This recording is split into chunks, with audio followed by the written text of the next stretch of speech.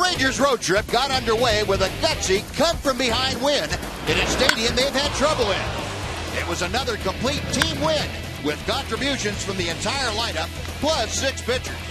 From Mitch Moreland picking up Mike Napoli to Chichi Gonzalez picking up Martin Perez. These guys won as a unit. Tonight, they'll go for 2 in a row when Colby Lewis leads your Rangers against the Oakland A's.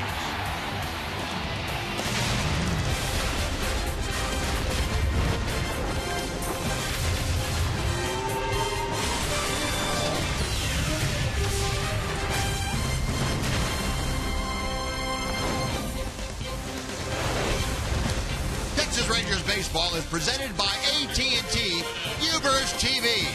It is another gorgeous evening here in the East Bay. O.co Coliseum is the scene where your Rangers are taking on the Oakland Athletics.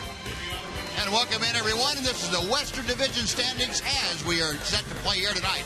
Rangers now with a 2.5-game lead over the Houston Astros. Houston losing this afternoon to the Angels. Well, the Rangers 2.5 games on top of the Astros. They are 4 games on top in that all-important loss column as they begin play tonight. Hello, everybody. Along with Tom Greaves, Steve Busby. Glad you could join us for this Wednesday night of Ranger baseball. Nothing but good news for you here tonight from the Coliseum. The Astros have lost. The Rangers are playing well, and they have a guy pitching in this ballpark that loves pitching here, and that's Colby Lewis. Well, he's pitched well in this ballpark. He's pitched well against the A's, and he's coming off 2 nice starts, too. 2 starts ago, he shut out the A's on a couple of hits. Then he beat the Astros in his last start. 9 innings, 2 hits, no runs, no walks. Hasn't walked a batter in his last 2 starts. This season against Oakland, a 1.33 ERA. And again, he likes pitching in this ballpark. So he's on a roll right now. The team's playing well. Hopefully it'll continue all night long. Well, let's hope so. And the Rangers, again, an opportunity tonight to pick up another half game on the Astros and make it 3 full games by the end of the inning. Jeff Anderson's club on a bit of a roll. We'll have the Rangers and the Athletics coming up from O.co Coliseum right after this on Fox Sports Southwest.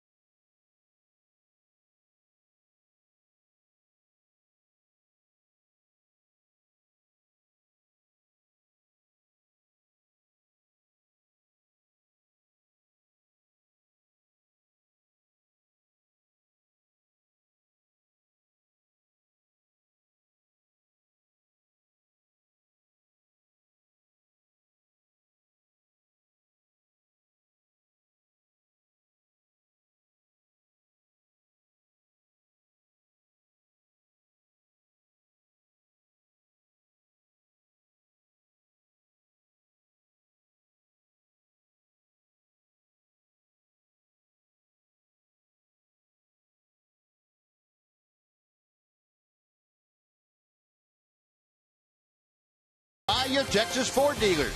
Visit your local Texas Ford dealer today. Ford is the best in Texas. By AT&T UVerse TV. UVerse has more live TV channels on the go than cable. And by Southwest Airlines. Book your low fare now at southwest.com.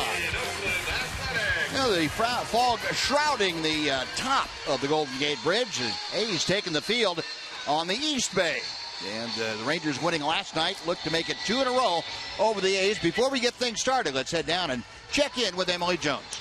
Well, Buzz, it took a while to get here after a rough start to the season, but the Rangers are in control of their own destiny with 12 games to play in the regular season. Elvis Andrews says it's a fantastic place to be. Nothing hasn't changed yet. I think our mentality is going to continue to be the same. Just finish, strongest. I think as a team we need to do that, and from now on, it just, we have the future in our hands. So, just go out there and continue to win series. And that's the message in that Rangers clubhouse. Win series, remain in control of their own destiny. They don't want to rely on anyone else as they've had to the last couple of years, minus last year when they weren't even in the picture, of course. But they want to make sure that they stay in the position that they're in and take advantage of the run that they're on and the momentum that they're riding, hopefully into the postseason, guys. All right, yeah, very, very good stuff. Yeah, a great spot to be in with a dozen games left. And Felix Dubront, the left-hander, going out there tonight. Here's Tom to tell you about the Southwest Airlines Rangers lineup that will face him. Well, Delino DeShields will lead off for the Rangers, followed by Shin-Soo Choo. Shin-Soo has 8 walks and 11 runs in his last 11 games. Adrian Beltre is a .465 hitter in his last 11 ball games.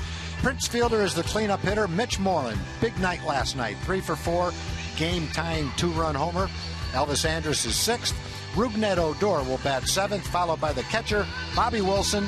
And in left field, batting 9th will be Drew Stubbs.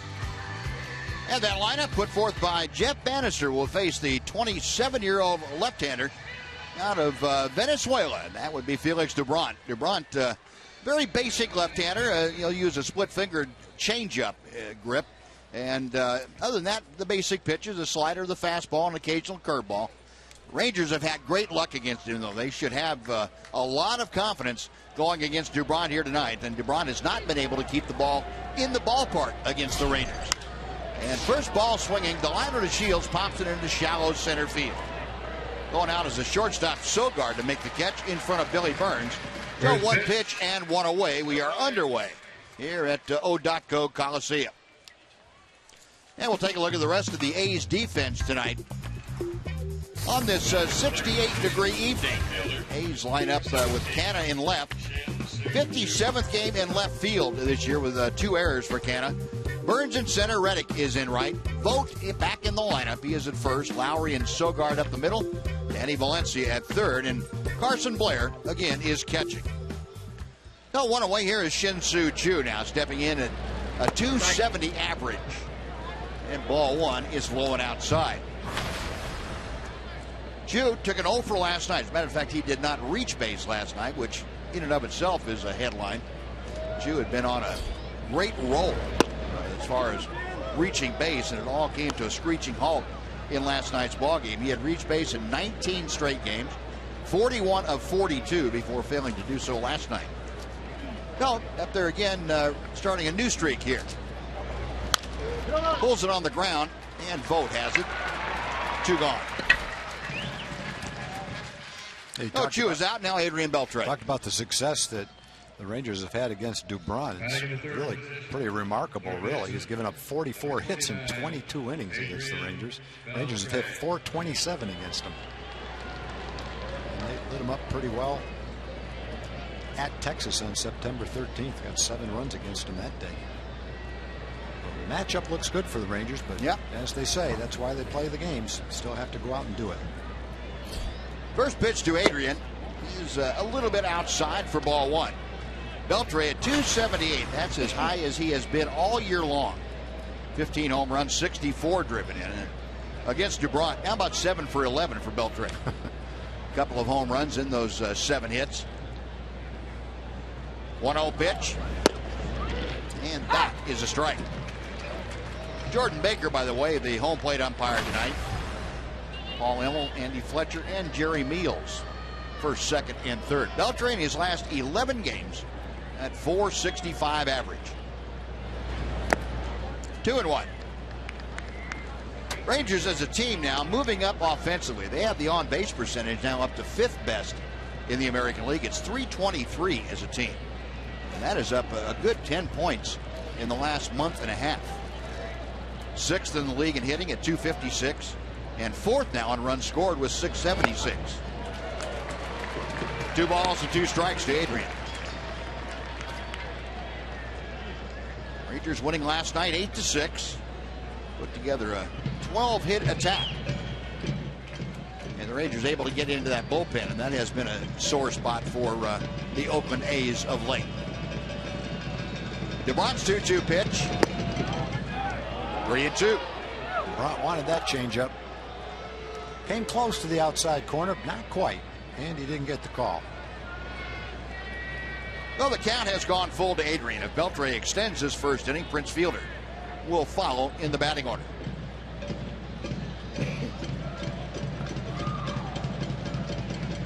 DeBron standing side saddle on that rubber, goes to work, and Beltre shoots it to right. A play for Reddick, and that will do it. So the Rangers sent down in order here this evening. 3 up and 3 down. We played a half inning at the Coliseum. Rangers nothing. A's coming up.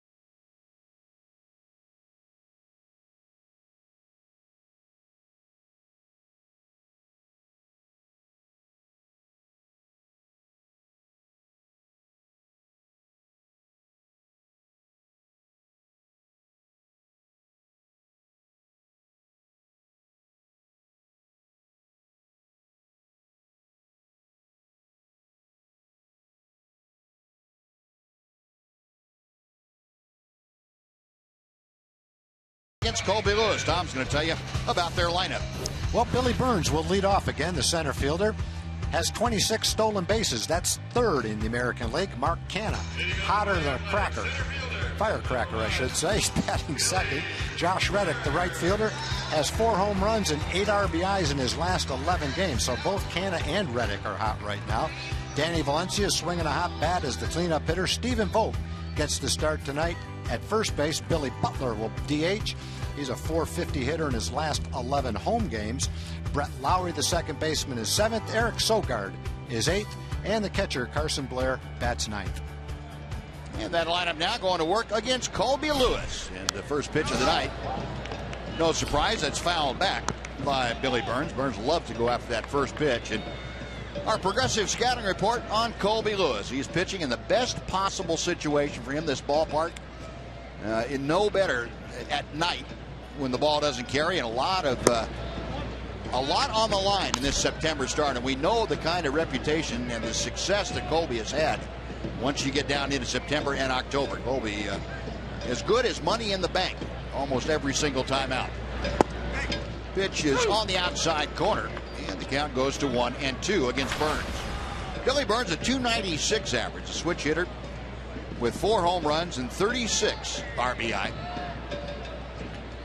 Colby back to the plate, and Burns pops it up. Shallow right center. On comes Delino to Shields and makes the grab for out number 1.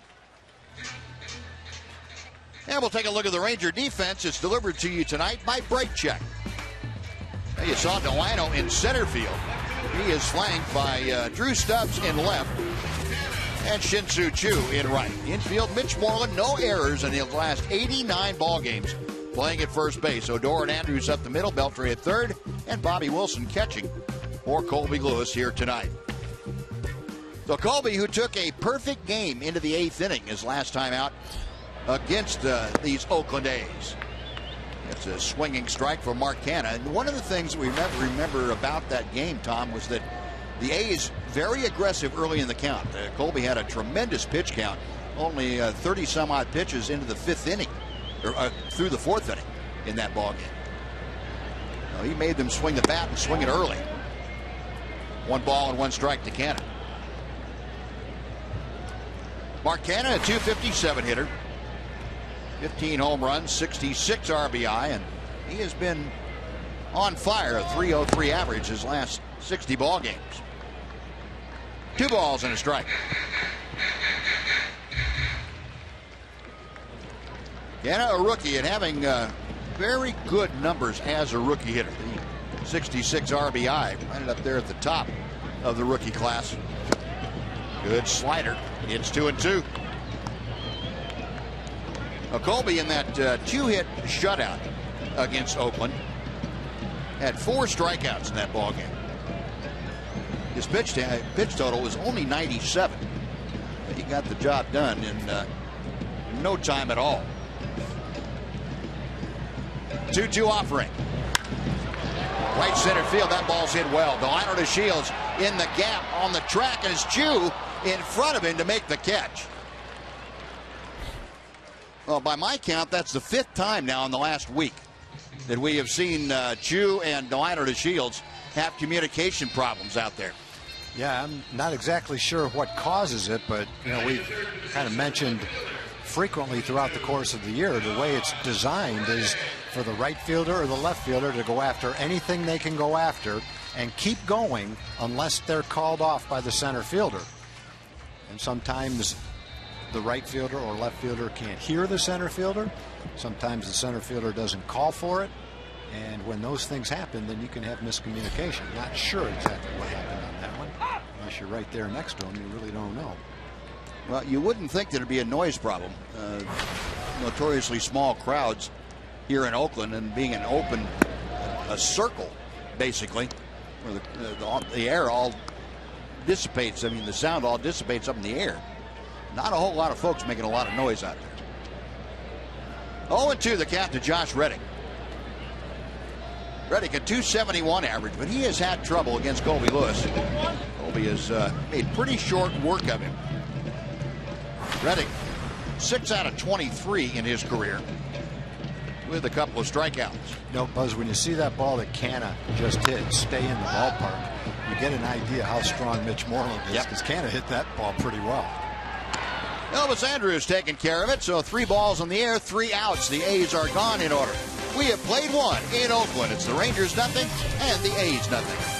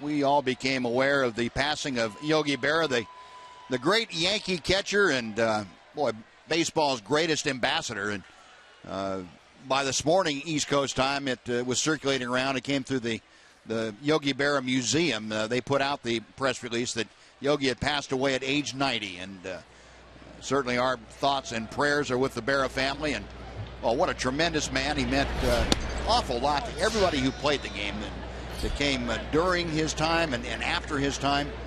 He was such a great guy to be around. He had stories, endless stories, and such a personable man. I don't think he ever met a stranger. If you spent 5 minutes around Yogi Berra, you felt like you were his best friend. And Tom, I know you got to know Yogi the way most of us did in that time frame. And yeah, you wish you knew him better. But, yeah, you're right. He made you comfortable. He was gracious. And I remember him a little bit as a player, as a kid, watching. I was a big Yankee fan, watching the Yankees, and he had the reputation of being the kind of hitter that swung at everything. High pitches, low pitches, you name it. And he had 5 or 6 years where he hit more home runs than he had strikeouts. That's the kind of hitter he was. He was a power hitter. He was also a contact hitter. And there's Don Larson's perfect game in the World Series. Yeah. So, yeah, he's one of those guys. You hear it said a lot, but I don't know if it was ever truer than about Yogi Berra, that you'll have a hard time finding anyone that didn't have something nice to say about him. Yeah, that is the truth. And baseball is much poorer at the loss of Yogi Berra. We all can certainly give thanks to Yogi's memory for what he did to make this great game grow to where it is today. We'll keep on growing with his memory well intact. One out here in the Rangers' second, and Mitch Moreland. 23 home runs now for Mitch. That ties his career high that he set in 2013. Inside, as we told you before the ball game, Mitch in this ballpark, 10 home runs. That's the most for Mitch in any single ballpark other than Globe Life Park. 3 for 4 last night. In the air to center. This one not going to quite carry back to the wall. It sends Burns back to the warning track. But it stays in the park, and Mitch is a long out for number 2. And some of the famous quotes attributed to Yogi: when you come to a fork on the road, take it. And that pretty much sums up Yogi's life. You can observe a lot by just watching. And baseball is 90% mental. The other half is physical. That was my favorite. And the other one, another one, I never said most of the things that I said. And, you'd scratch your head for a second. You get Yogi Berra along with Casey Stengel, and you would be scratching your head for the entire time either one of them was talking.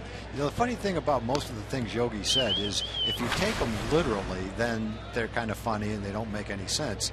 But every one of them, you know exactly what he's saying. Exactly. I never said the things that people said I said. Yep. I mean, when he said that, you know exactly what he said. In other words, a lot of the Yogi-isms were probably manufactured by people that thought they were funny and Yogi didn't actually say them. Sure. The other one I liked was he went into a pizza parlor and they asked Mr. Berra, how many slices would you like to cut in this, 6 or 8? And he said, "No, you better make it 6. I don't think I can eat 8." But there again, I know exactly what he was talking about. Mm-hmm.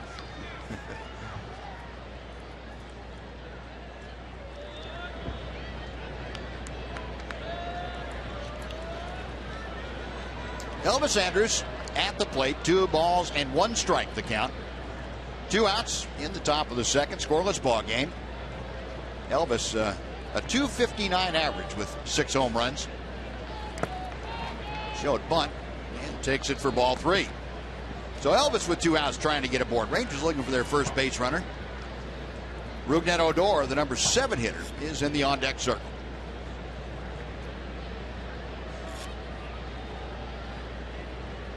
DeBrot into that abbreviated windup.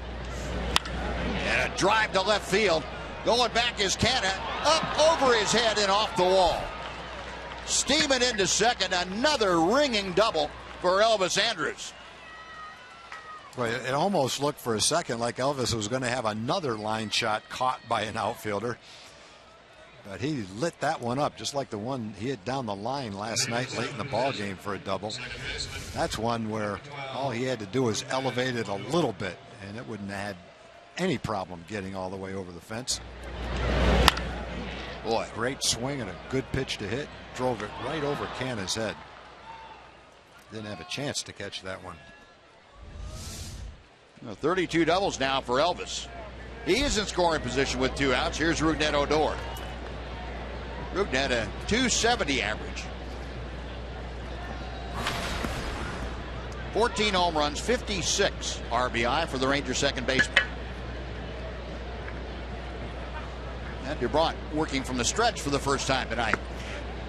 1 ball, no strikes.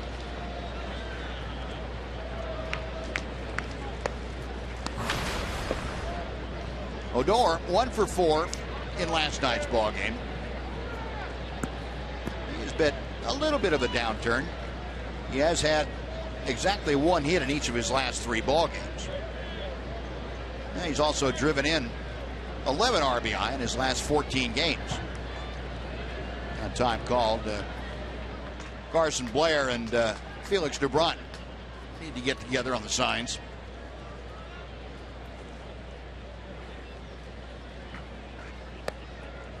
The Rangers come in to play tonight.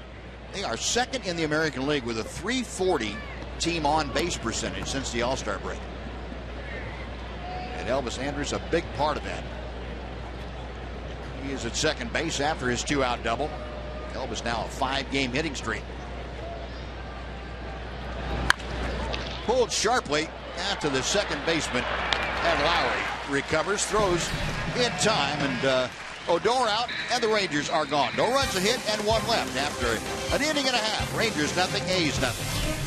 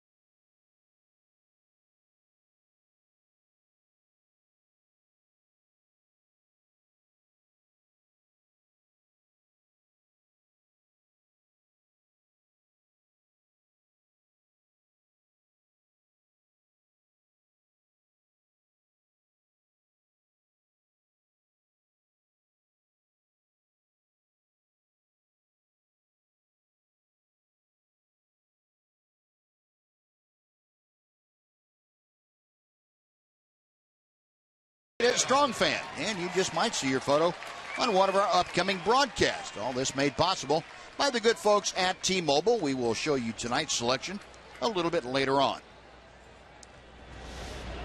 Colby Lewis back to the hill. Danny Valencia, the cleanup man for the A's, leading off the second. Takes ball 1 a little bit low. Valencia, a .285 hitter overall with the A's. He is a .291 hitter his time with Oakland and Toronto. 16 home runs for Valencia, 9 of them in an Oakland uniform. The 2-0 pitch. Now 2-1. Yeah, Valencia's played some really nice baseball for the A's. That was a good pickup. very cheap to acquire him, and production has been excellent. Not been almost a run a game since he's been here with the A's, and been flawless defensively as well. Elvis throws him out on that two-hopper, and that is out number one. It will bring up Stephen Vogt. Folks, on Friday, October 2nd, it's the last chance this season to see a post-game fireworks show at Globe Life Park. Fans attending the game against the division rival Los Angeles Angels will be treated to a post-game fireworks show themed to your favorite spooky music to help the countdown to Halloween gets going. Discounted tickets are available at TexasRangers.com using the online coupon code fireworks. Halloween. That means it's almost time for the playoffs and World Series. Yep. 12 more games in the regular season the Rangers have in front of them, this one included. 1-0 pitch to Stephen Vogt. That is on the outside corner. Vogt back in the lineup off and on the last couple of days. He did not start last night's game. Came on as a pinch hitter. Had a groin injury. He suffered back on the 6th of September in Seattle. High in the air to right center field. Carrying pretty well, but room for Delino to Shields. 2 gone. Looks like, Tom, just in the early going here, the air not quite as heavy as it was last night. It doesn't seem like it at all. Ball seems like it's carrying a little bit better. Yeah. I think some of those balls that have gone to the warning track wouldn't have gotten quite that far last night. About 8 or 9 degrees warmer than it was this time last night. And, of course, we have that marine layer, clouds, low deck of clouds that moisten up the air and make it very heavy. Here's Billy Butler taking strike one. Butler a .251 average with 13 home runs. He has driven in 62. A ball and a strike.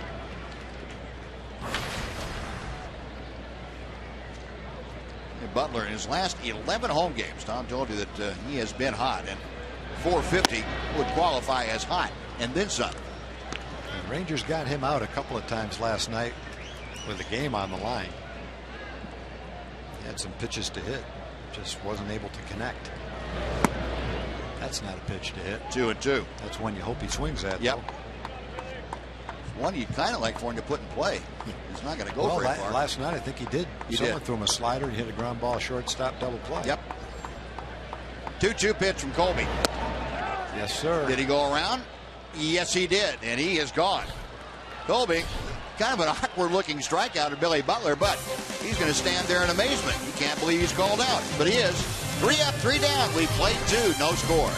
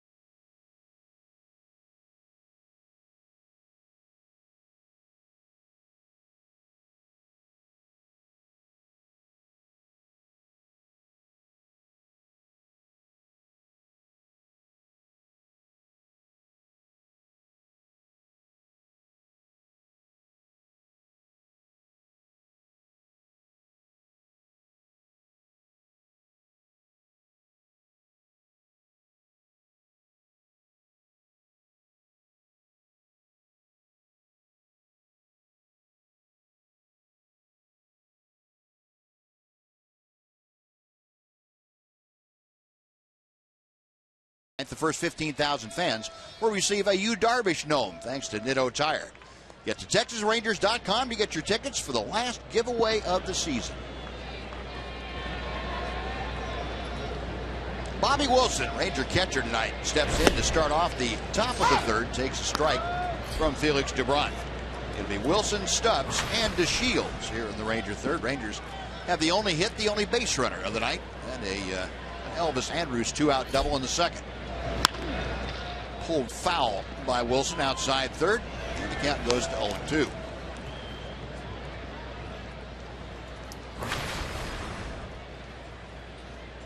Bobby had a bit of a downturn offensively. You can see his last 12 ball games, just a 133 average. But overall, still batting at 222 with the Rangers. He has done a very good job. He's driven in 10 runs as a Ranger. That in his 24 starts prior to tonight. Remember, he came over from the Tampa Bay Rays right at the end of July on a waiver claim. 2 balls, 2 strikes. He and Chris Jimenez came in as Robinson Chirinos and Carlos Corcoran basically went down at the same time. Rangers found themselves without a starting catcher and a backup catcher. Both Bobby Wilson and Chris Jimenez came in and have done a terrific job. Handled the pitching staff extremely well. They've chipped in offensively too, and that you just can't say enough, I don't think, about the job they have done overall. Payoff pitch coming from DeBron. Lost him. Ball 4, and Bobby Wilson works a leadoff walk.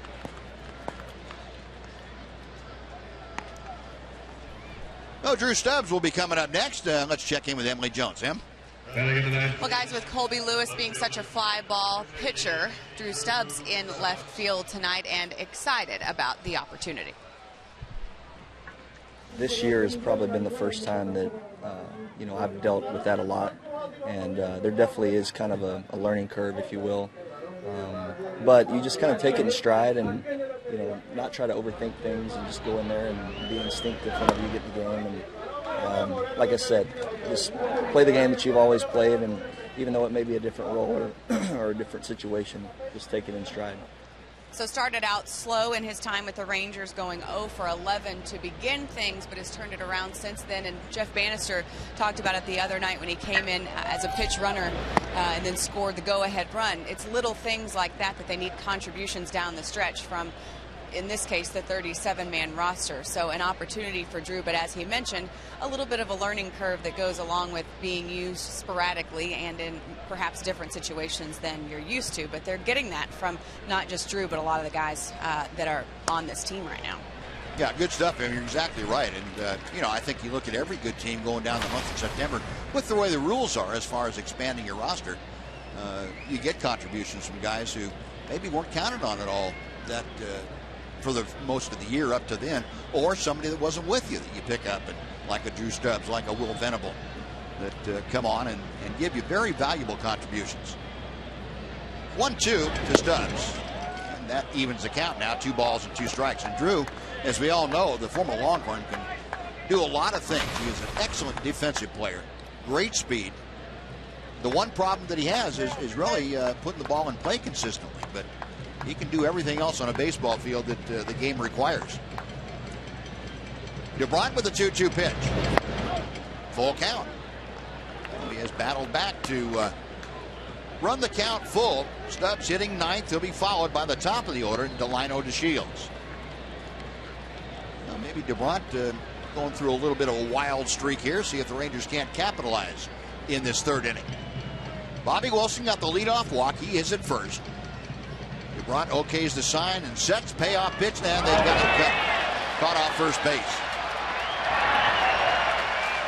Bobby Wilson going to be moving on the pitch, and DeBron picked him clean.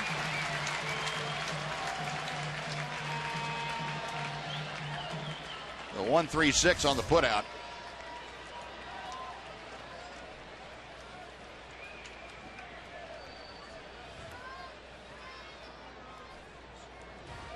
No, base is empty now, 1 away. And the count remains full to Drew Stubbs.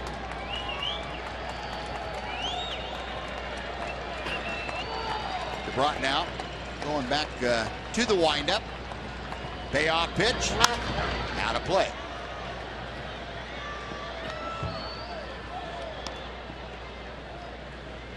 Now, as Emily told you, Drew, 0 for his first 11. He's 2 for his last 3 with the Rangers. So that batting average at 143 in a Texas uniform. With the Rockies this year, prior to being released, he was a 216 hitter. Another one sliced out of play to the right. So we'll go to an 8th pitch of this at bat.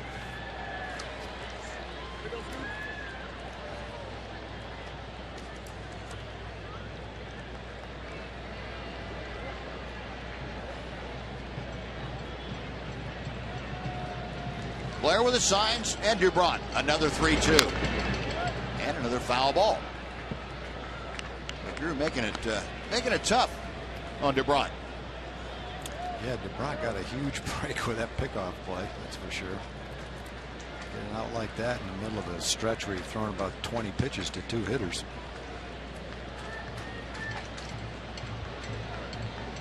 Back comes the left-hander. Got him swinging. Made the changeup work for him. That is strikeout number 1 for DeBront. 2 gone. Delino to Shields coming up. Before we tell you about Delino, let's send it back to Dana Larson for a Mazda game break.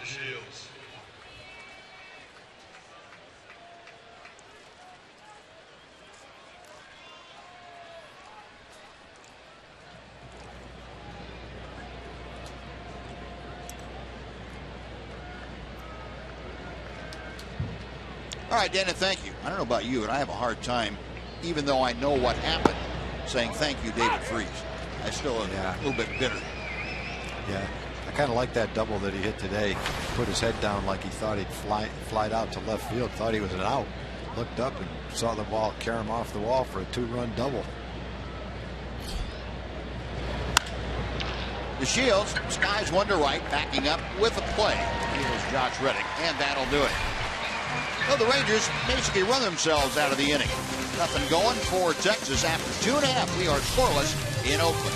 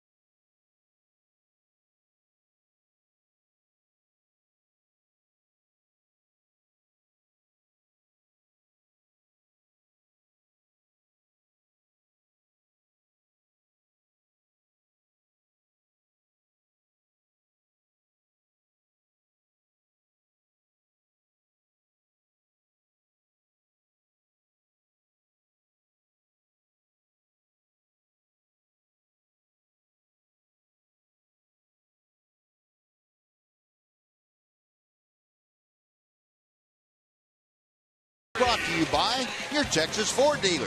Visit your local Texas Ford dealer today. Ford is the best in Texas. Now Colby Lewis on top of the hill, going to work in inning number 3. And the first pitch to Brett Lowry is low and outside for ball 1. Be the bottom third of the A's order. Lowry, Sogard, and Blair to face Colby. Colby with 25 pitches through the first 2 innings to retire 6 straight. Lowry, a .268 average, 16 home runs, and 58 RBI. 1-0 pitch, and that is on the outside corner. Lowry, you know, to say he's had no luck against Colby is not right. He had 1 for 12. That's not a whole lot of luck. He has seen a pretty steady diet of sliders once he got down on the count.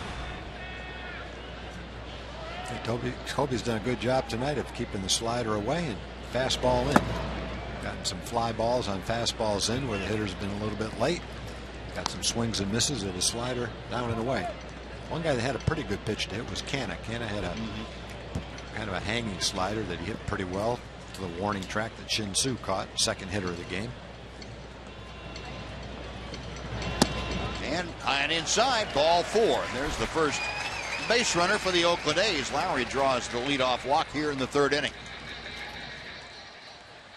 Folks, you can join us at the ballpark. The Rangers face the Tigers this Monday for a key game in the push to the playoffs. Courtesy of Fox Sports Southwest.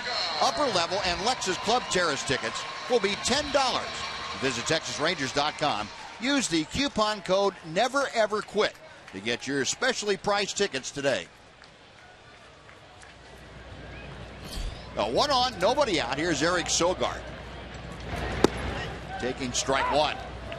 Sogard, who handles the bat pretty well, and down here at the bottom of the order, you might want to be on guard for Bob Melvin trying to utilize that bat handling ability of Sogard, maybe starting the runner. Base hit to center field. Pitch stayed up, and Sogard banged it right back through the middle. A walk, now a base hit, 2 on, nobody out. And Carson Blair coming up.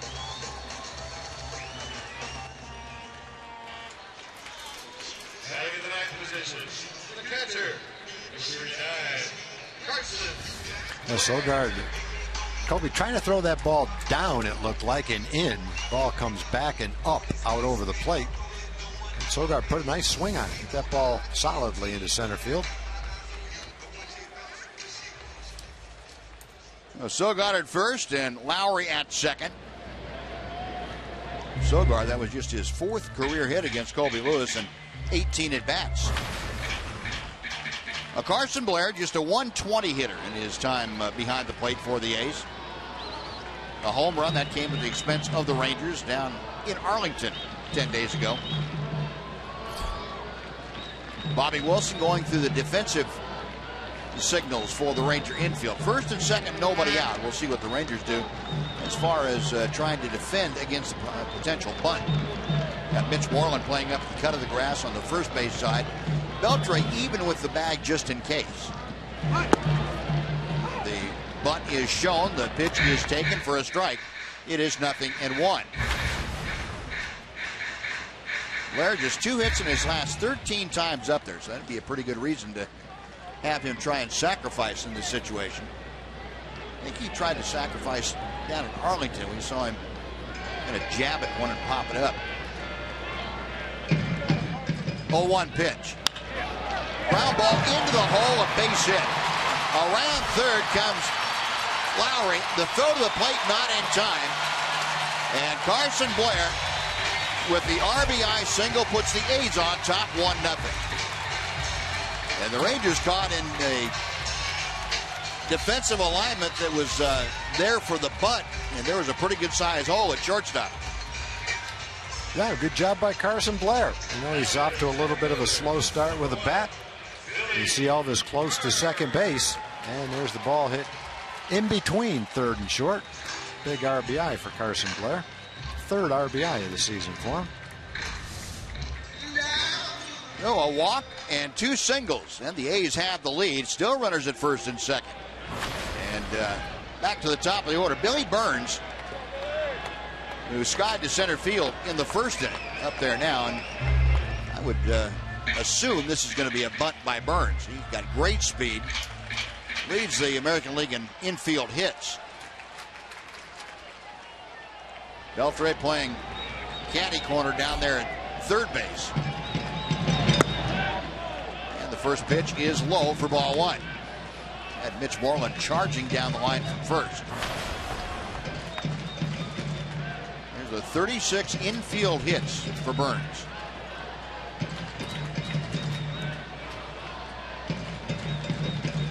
Sogard at second, Blair at first. The only player in baseball that has more infield hits than Burns is D. Gordon. With Miami, he's got 47.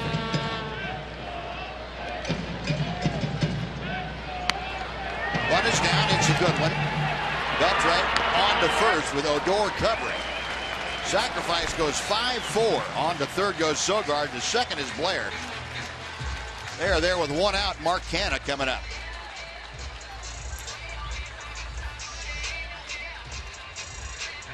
No, well executed sacrifice bunt by Billy Burns.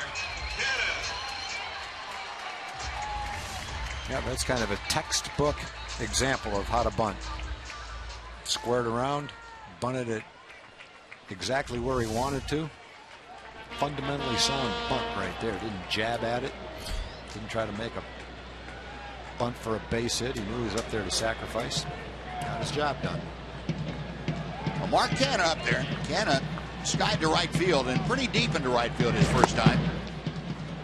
Couldn't get the slider. There it is. You want to know how to bunt? I won't even describe it. Just do exactly what he did, and you'll be a good bunter. Sometimes you see guys that don't really square around, and the ball comes, the bat's back, and they jab at it to try to get the bunt down. He had the bat out in front of home plate, just waiting for the ball to get there. Just directed it right toward third base.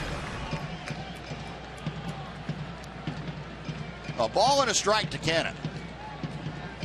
Ranger infield playing back. They will give up the run for an out. Try to prevent a larger inning from developing. Colby's pitch. Little looping drive out to Rougned Odor. He handles that, and everybody stays put, but that is out number 2. When you get out of this inning with only one run, you'd be feeling pretty good about the game after 3 innings. Mike Maddox out there going to talk to Colby about, you've got Josh Reddick, a left-handed hitter coming up.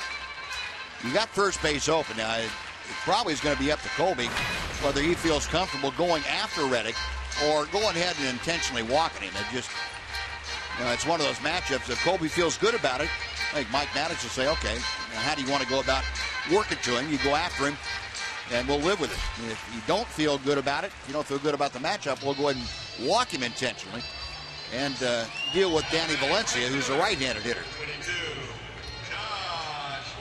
Valencia in the on-deck circle. Let's see what they came up with. They're going to go after Reddick here with 2 on and 2 out. Colby got Reddick to pop out to short first time. One ball and no strikes. Colby started him off with a curveball that time.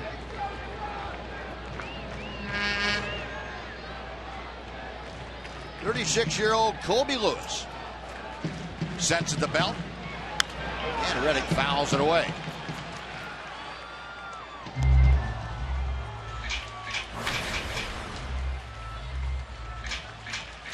Reddick with runners in scoring position this season, a .299 hitter. And we detailed last night for you what he has done to the Rangers, and it hasn't been pretty. Reddick this year is a .413 hitter against Ranger pitching. Another breaking ball. It's 2-1. And speaking of the .413, how about our Ford leaderboard? Batting averages against the Rangers this season. Jason Kipnis of the Indians, the highest at .481. Then you have Stephen Vogt at .429. He is third, and down there at 6th is Josh Reddick with that .413 we were talking about. 2 balls and a strike to Reddick. Now 3-1. Reddick not inclined to expand his zone. They'll be working around the periphery.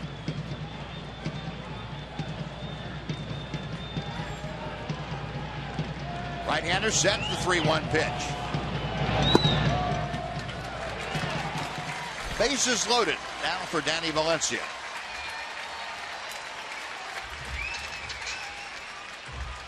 Colby not particularly upset about that. No, I don't think he was either, Buzz. And once you fall behind, 2-1. Yeah, you're not going to Certainly not going to try and throw one down the middle just to make him swing the bat. Reddick's kind of aware of what was going on. He's probably less prone to swinging a ball out of the strike zone. So here's the guy you want to get. Yep. Make the pitch now.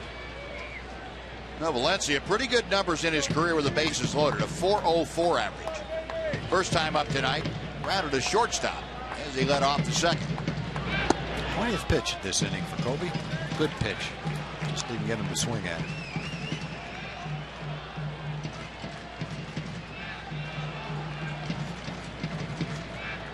Valencia, a pickup from the Toronto Blue Jays by the A's. Came back with a slider again. 1 ball and 1 strike. That is Colby's bread and butter, particularly against right-handed hitters. He'll throw enough fastballs to set that up. But he has to get somebody out. It's going to be with the slider. Oh, that's a good one to get him out with right there. That's exactly where he tried to throw it. If the hitter can lay off it, it's a ball, but very tempting pitch, bases loaded. Hitters tend to be a little bit over anxious, a lot of them with the bases loaded. You want to make something happen, drive in a run, leads you to swing at that pitch. Saw Valencia look back at Jordan Baker, the home plate umpire, and asked him if that pitch was a strike. That one almost was. 2 balls, 2 strikes. Now this is the pitch where you want to, if you're Colby Lewis, where you want to get Valencia to swing the bat. You don't want to go 3-2. Right-hander set, and the 2-2 pitch. Got him swinging. He took a little off that. It looked almost like a changeup the way he swung at it. Now Colby leaves the bases loaded, although the A's did score. They get a run on 2 hits and leave 3. After 3, 1-0 Oakland.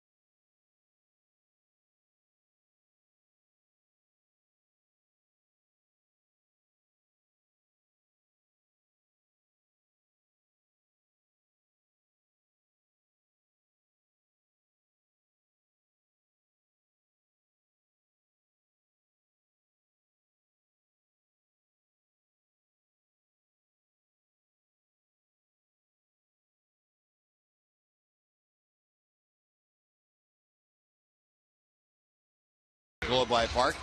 And it's the last chance this season to enjoy Dollar Hot Dog Night.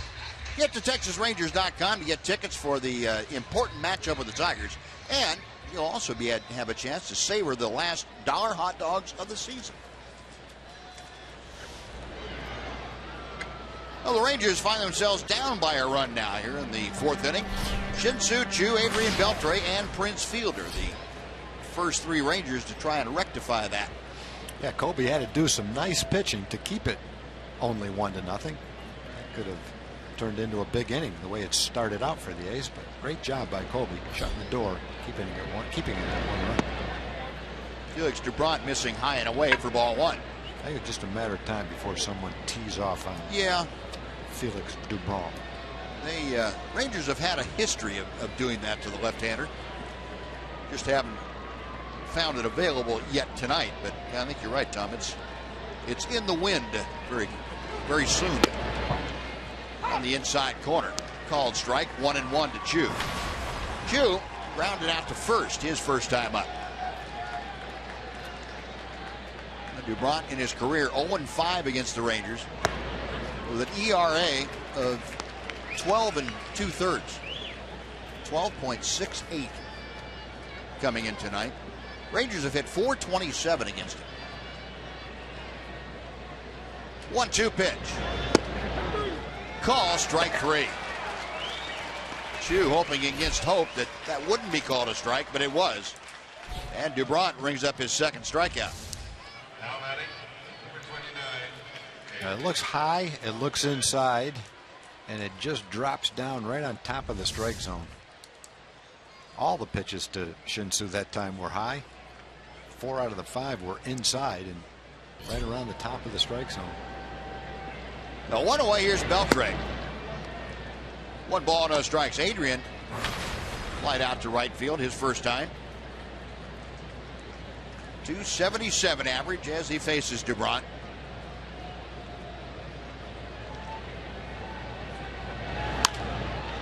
Popped up.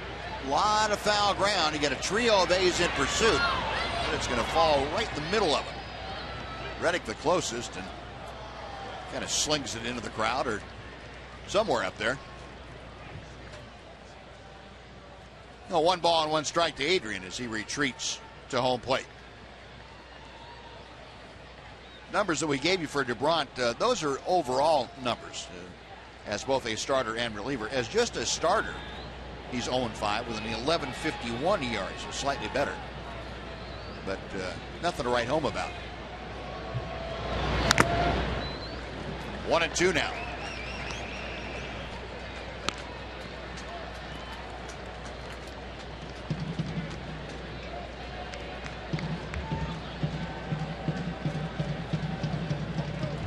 A's around to the left in both the infield and the outfield for Beltre.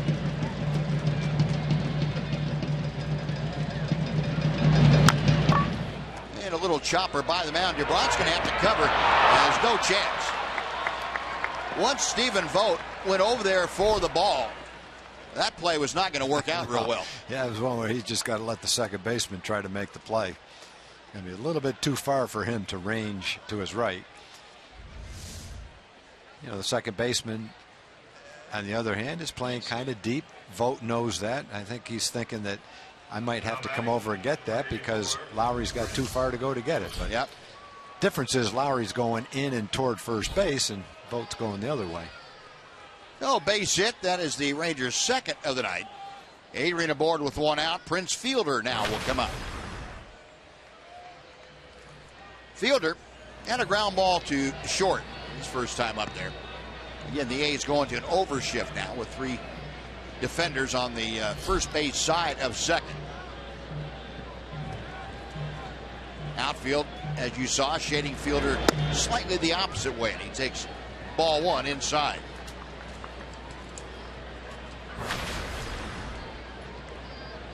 Love to see Prince get going. He's 0 for his last 20 times to the plate.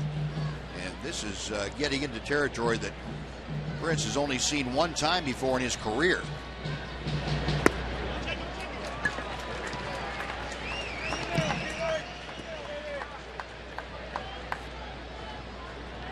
His longest streak without a hit was 22 at-bats back in May of 2012 when he was with the Tigers.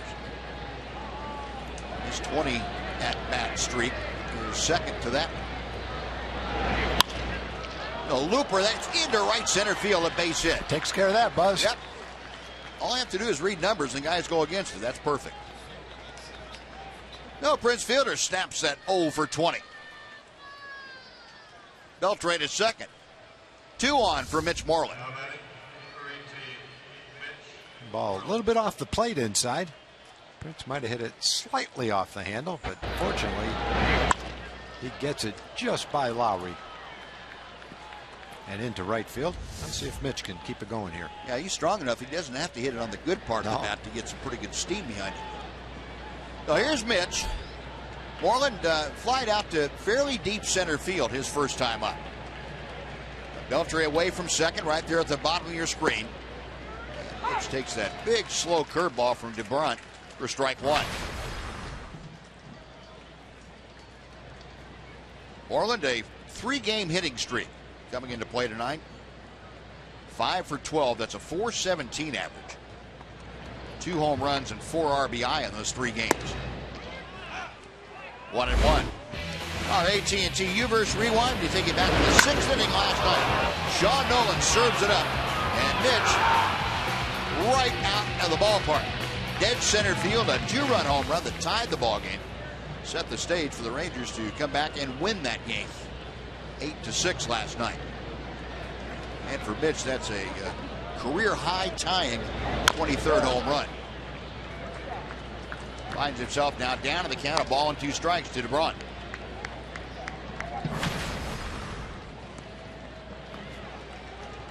Mitch at the Coliseum this year in 6 ball games. A .348 hitter with 3 home runs, 8 driven in.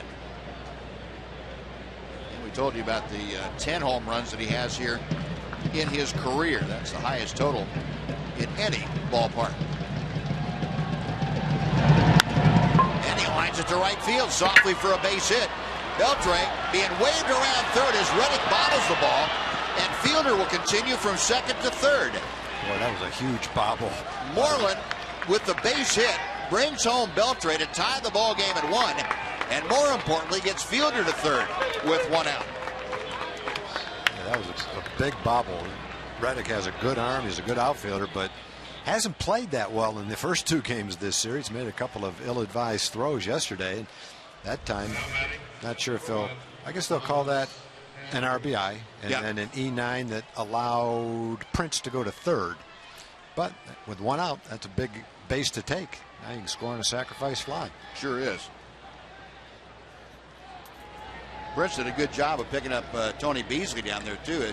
Once he got to the bag at third, and Tony waving him in to third, and so that puts the go-ahead run just 90 feet away for Elvis Andrus. Elvis had a bullet double over the head of Mark Canha in left field his first time.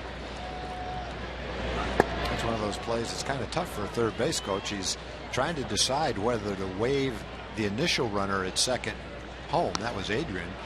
Then he's got to pick the ball up again and decide what to do with Prince running from first to third. Yeah, how do you do that with a runner at second and you're trying to wave the guy home? You have to multitask, Buzz. Use both arms? Yeah, I don't know. Put up the side. Use both brains, I guess. Stop. You need 4 eyes instead of 2. A drive to left center field and deep. It is up the alley. It is way back. Goodbye. Whoa. Elvis Andrus, a monster blast, a 3-run Jimmy Jack. And the Rangers lead it 4-1. Well, I'm finally right about something, Buzz. I said it's about time for us to light up Phillies DeBrunt, and Elvis did it. Man, he launched that ball. That was just like the one that he hit in Texas into the bullpen out there. That's out there where the big boys hit him. Wow. Well, the first time up, he hit that bullet over Canha's head in left field. Last night, he hit a shot down the left field line that was hit hard. Elvis had maybe a week or so where the hits weren't falling for him. He was hitting some balls hard, but last 2 days, they're starting to fall. Double and a home run today. Boy, when the bottom of the order gets hot, that just makes everything work even better. Oh, Elvis, a new career high, 7 home runs now. And with those 3 RBI, he's right on the doorstep of 60 runs driven in. That's one of those pitches that Elvis was able to get out in front of it and make great contact, just the right trajectory. Off the bat, you're thinking, oh, there's a double in the gap. He's going to score 2. And then you start to watch the flight of the ball. Holy cow, he's going to hit it all the way out of here. There was no doubt about that. That hit the back wall out there. Yeah. That didn't scrape over the back of the wall. That might have been hit harder than the ball he hit into the bullpen in Texas. It could have been. And Rudnett, swing and a miss. Blair gets the out at first. That is 2 away now. But the Rangers have struck for 4 here in the 4th. Elvis with a huge home run. Yeah, you know, that ball going out at 388, and that's the height of the taller wall right where it went over. That wall, the back wall back there, has got to be another 20 feet behind the first wall. And it hit, what would you say, 10 feet up that back wall? Yeah. Yeah, I think that was the one in Texas went 413. That was probably between 405 and 420, somewhere in there. Elvis has hit some balls into territory that he's never seen before. Watch this. It this. is hitting the back wall above the stairs back there. Tried to demolish the stairs. Well, Elvis, a new career high with 7 home runs. And they haven't been cheapies. Bobby Wilson, a ground ball, base hit to center field. Well, Bobby, rounding first base very tentatively. He will stay there. Bobby tries to steal second. Yeah.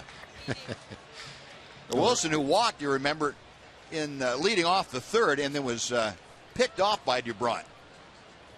Looked kind of sheepish going back to the bench, and all's forgiven. Bobby, you get the base hit right after the Rangers score 4. Everything's all right. Rangers have gone deep off DuBron 4 times in the last 7 2/3, going back to his start that he had in Texas.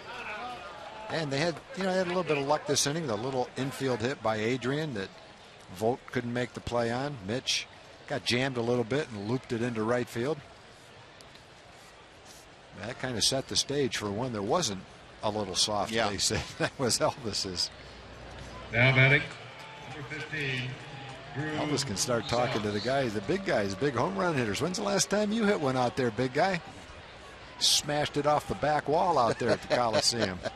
O'Datko. You see Adrian kind of grimacing there. Elvis must have reminded him of that. Yeah, Adrian and Prince don't really have an answer for Elvis in that conversation right now. Drew Stubbs takes inside. 1 ball, no strikes. They do have a little bit of a track record to go on. Yeah.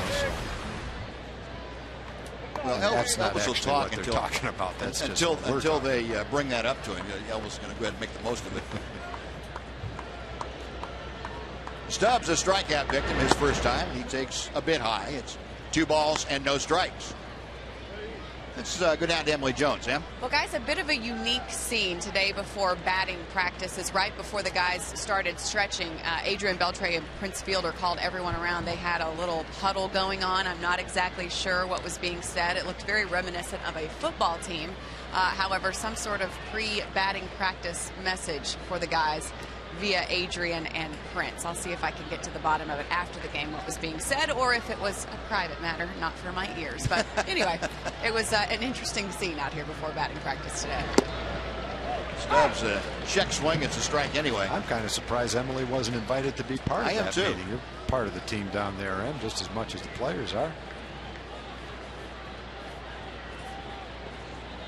Yeah, they might have been voting for shares for the playoffs or something. For the World Series shares. That used to be a big pet peeve of mine, voting for shares. I'll bet. All right, you're a pretty logical guy. I don't know if I've got time to explain my logic or if anyone cares. But well, go. We can pick it up. You know, if you're on a team all season long, whether you're on the disabled list, whether you're active, whether you hit 40 home runs, whether you never get into a game. Pretty nice play by Sogard. That'll just be a tease for next inning. Okay. Yeah, we will pick that up. Rangers with 4 runs in the inning on 5 hits, they lead 1. Now after 3.5, it's the Rangers 4 and the A's 1.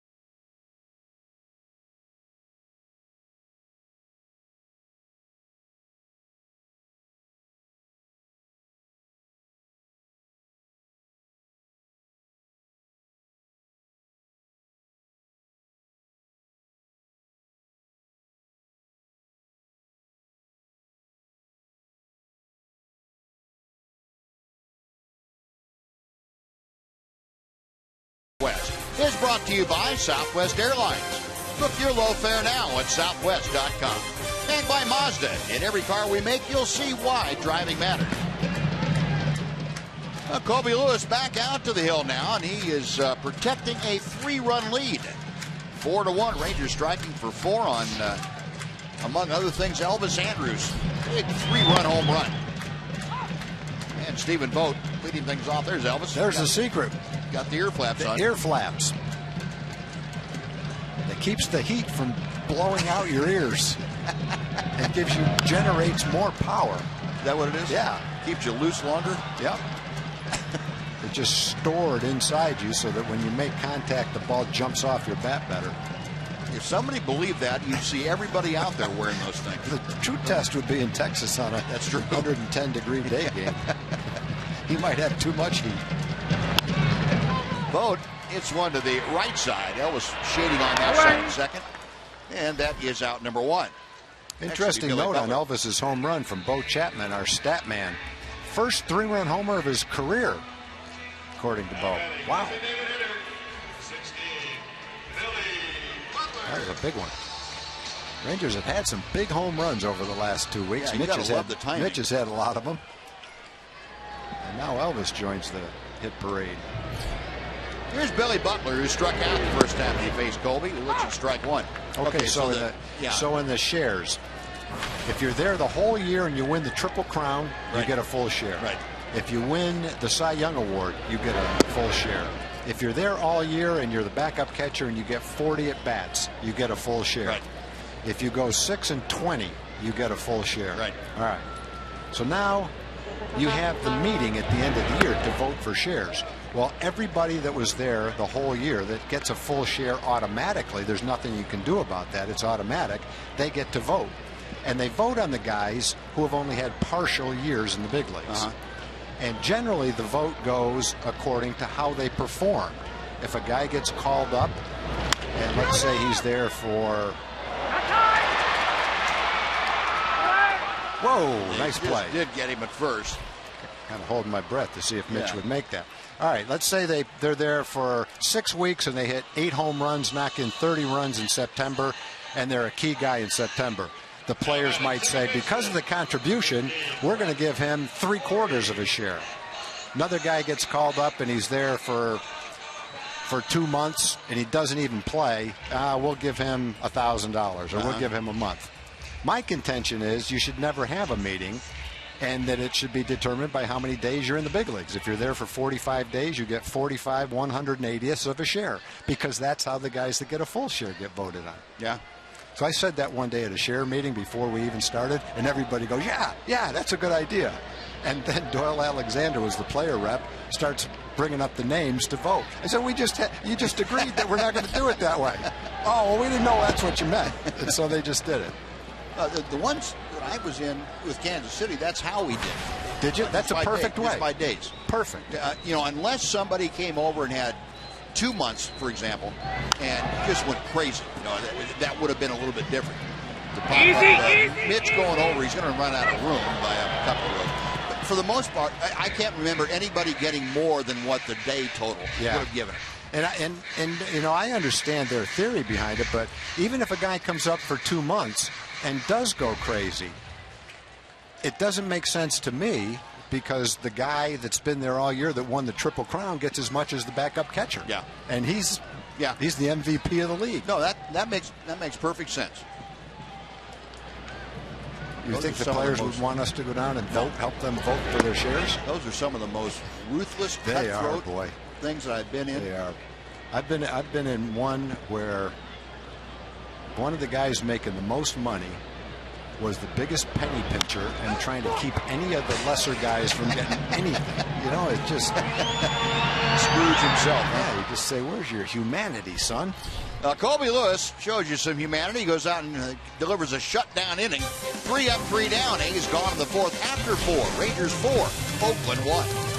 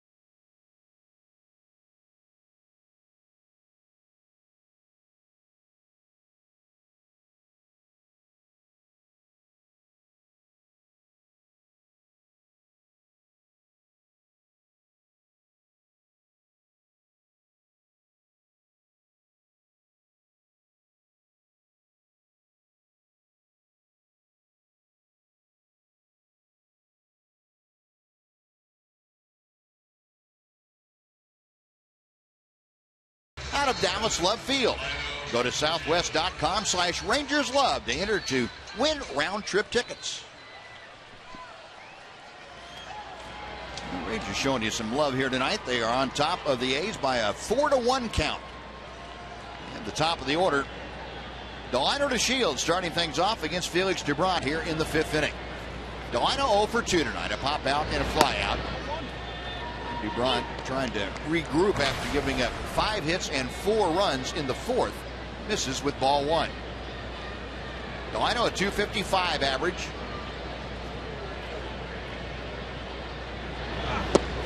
Two 2-0.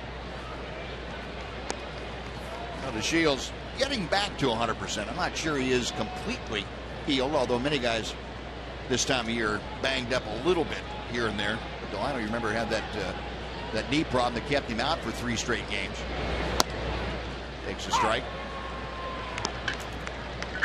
In the last 3 ball games, though, Delino has driven in 4 runs. He's also scored 5, and that's what, to me, that's the measure of a guy at the top of the order like Delino. He and Shin-Soo Choo getting on base, coming around to score. Choo scored a lot of runs lately, too, and the Rangers have done a good job of driving them home. That last 3 games, man, 4 for 10, 4 RBI, a triple, 5 runs, creating havoc for the opposition.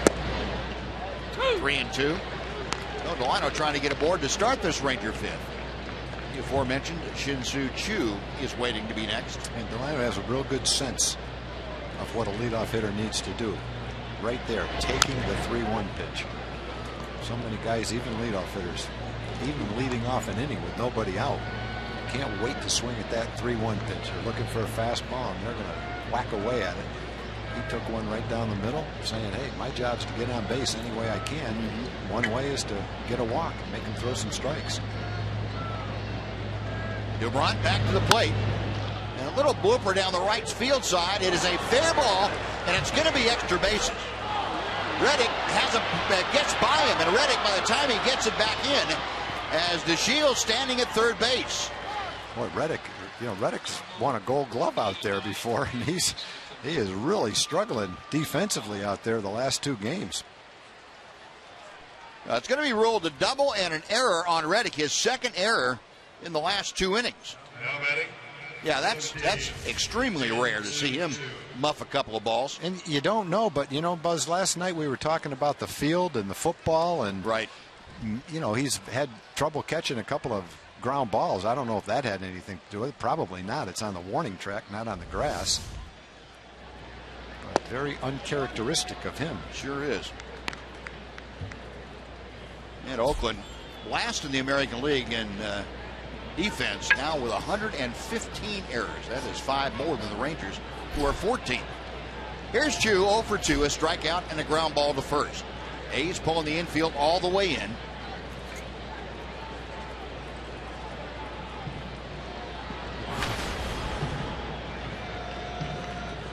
Choo now 0 for his last 7 times to the plate, looking for some payback here. The Rangers were really good last night. Won't have this perfect, but I think they were 4 for 4 with men on third base, getting the guys in. Well, they had 4 sacrifice flies. Yeah, I know that. I don't know if they had a guy on third that they didn't get in. They did a great job of getting the ball up in the air, getting it to the outfield. A couple of those balls looked like it was going to be more than a sacrifice fly. Yeah. Billy Burns in center field made a couple of nice plays. Yeah, Choo hit the first one out there that was a bolt. Yeah. Yeah, Burns made a great play to make it a sacrifice line drive. Well, 3-0 the count as Dubron falls well behind. Choo had the green light and expanded the zone a little bit. 3-1. Choo with 70 RBI. That's the most in a season for Choo since 2010 when he drove in 90. The liner to Shields, a couple of steps down the line from third. And ball 4 is high. Choo draws the walk. First and third with nobody out. Adrian Beltre coming to the plate. And Kurt Young, the A's pitching coach, again headed out to the mound. No action in the A's bullpen. This visit by Curt Young, an effort to kind of give DuBron a little bit of a breather, refocus and see if he can't come up with a plan to deal with Beltre. Now we're going to get some action in that bullpen. Leon, the right-hander, up and beginning to throw. Now batting, number 29, Arnold Leon. Adrian Beltre.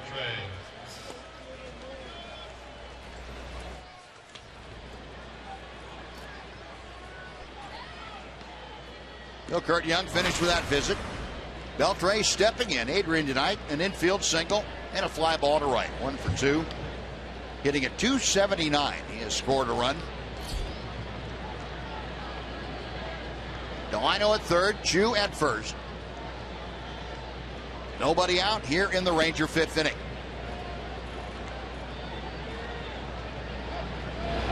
And Beltre, a drive high and deep to left field. It is on its way. Goodbye. Another 3-run blast off a Ranger bat. Beltre with number 16. The Rangers lead it 7-1.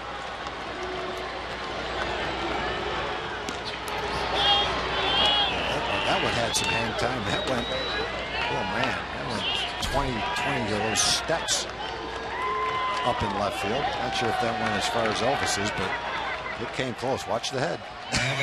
And if you're a rookie, don't touch that head.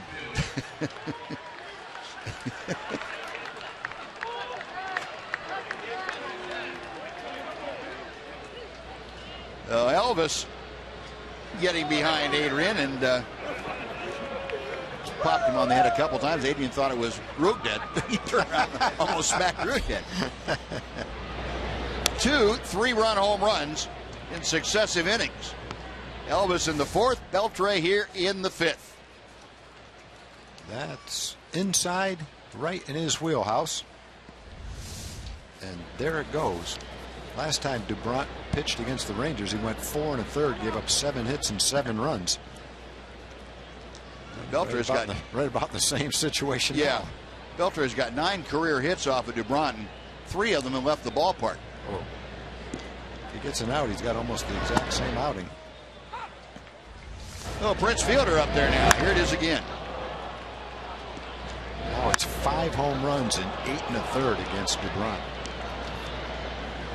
Bo also passed a note on Beltre. 1,001 career extra base hits. That's the 4th most in baseball history for third baseman. He's 14 behind Mike Schmidt. He's 54 behind Chipper Jones. And he's 118 behind George Brett. Yep. And that was career home run number 411 for Beltre. Chopper by Fielder. Lowry at second base. There is 1 out. So Adrian, number 411. He is 1 behind Alfonso Soriano now. Adrian, 51st on the all-time list. You know, he's got something wrong with his finger. You can see the little splint on his left index finger. He's got, I don't know, a soft cast on his hand, which has been bothering him for about 2 months. And he's playing every day. Very seldom comes out of a game, even in a blowout. And you know that hand is not feeling great this time of year.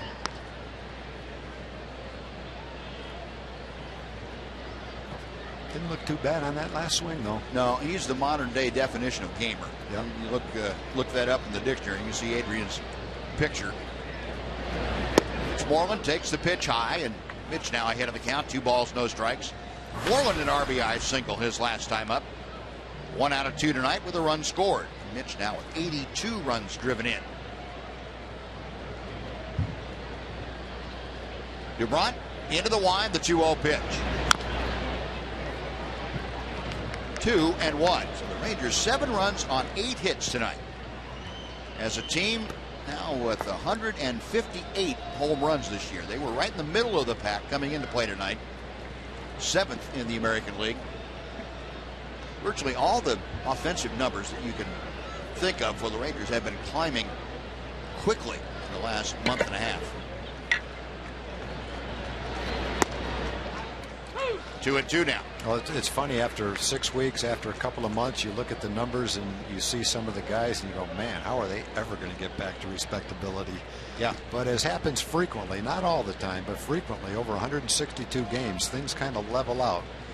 The teams that are supposed to win most of the time, and players that have a track record generally approach what they've done in the past. They might fall a little bit short, but pretty much what's happening right now. And Shin-Soo Choo's maybe the best example of it. He's at 270 right now, 18 home runs and 70 RBIs. He's had better years than that, but based on where he was in April, early part of May, quite a comeback. And Moreland gone on strikes. That is out number 2. So DeBront with his 4th strikeout of the night. It'll bring up Elvis Andrus. Bob Melvin's going to take a little trip to the mound. He let him stay in long enough to face the lefties. Yep. That's going to do it. So Arnold Leone is going to come out of the bullpen to take over for Felix DeBront, who goes 4 2/3 tonight against the Rangers. Leaves trailing 7-1. Pitching change underway here at O.Go Coliseum. Rangers on top. We're back after this timeout. Coming in the pitch for the Athletics.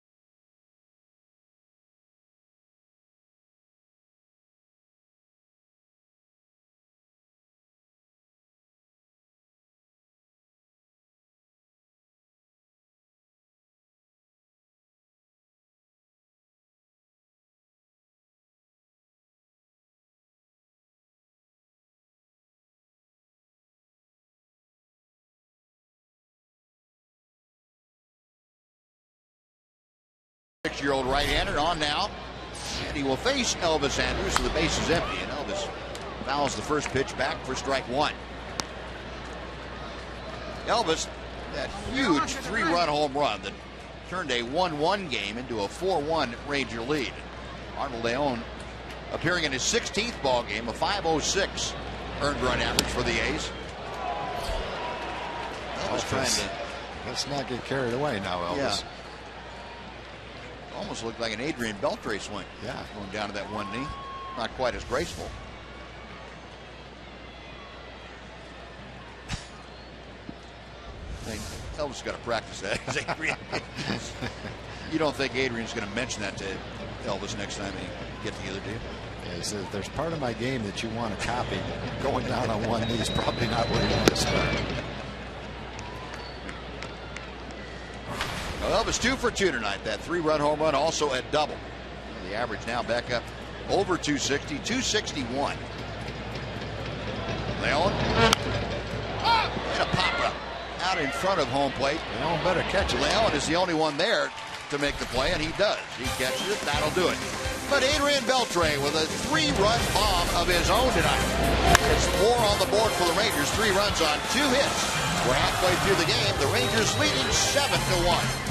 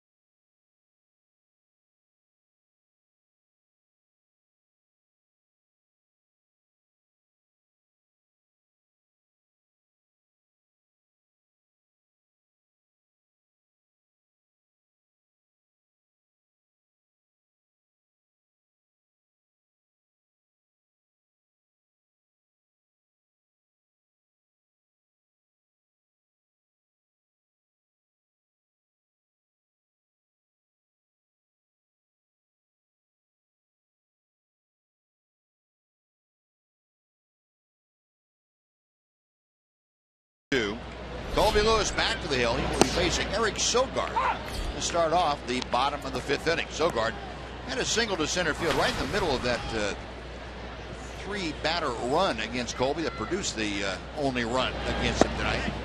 A good backdoor breaking ball. 0-2. Colby, as you would expect, the grizzled veteran, since getting that lead, has thrown up from zeros. 0-2 pitch. He's yanked foul. Still no balls, 2 strikes. Ranger bullpen. Very intimate setting down there in right field for the Ranger pen. You get some pretty big guys. That, for players 20 years ago, that was plenty of headroom. These guys are a lot bigger. Shallow center, Elvis calling everyone off, and right in front of Delino DeShields, Elvis makes the catch for out number 1. Well, talking about Colby Lewis, how about our Kubota power stats? This season against Oakland, that 2-0 record, a 1.33 ERA. A's hitting 135 against Colby Lewis, 3 or fewer hits in 3 of the 4 starts. He has not given up a home run in 27 innings to the A's. Pretty impressive stats for the big guy. And he's got a 6-run advantage here tonight, so Rangers providing him with a little bit of a cushion. Carson Blair, the catcher, drove in the A's run in that 3rd inning. Just his 4th major league hit. Only his 3rd major league RBI. 2 balls, no strikes.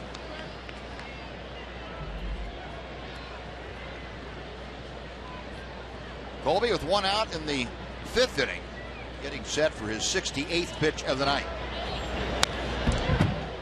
2-1.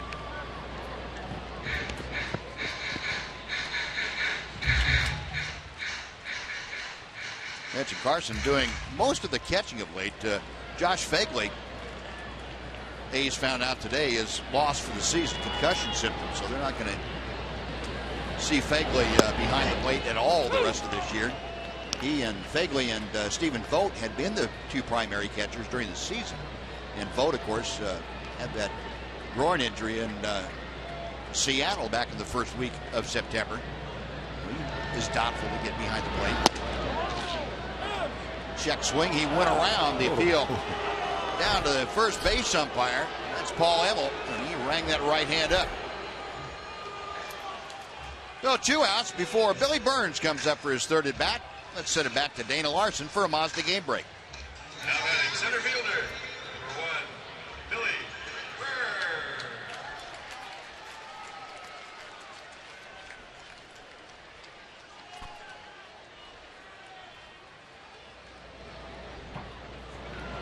Dana, thanks very much. And Billy Burns shoots one fair down the first baseline, right over the bag, and it lodges in the Ranger bullpen. Going over to lay it out is Chew. Burns coming around the bases, and now he's caught between 3rd and home, and falling down is Bobby Wilson. He had Burns dead to right as Burns rounded the bag at 3rd, came halfway to home plate, and Bobby just flat fell down trying to catch the ball and make what he thought was going to have to be a tag.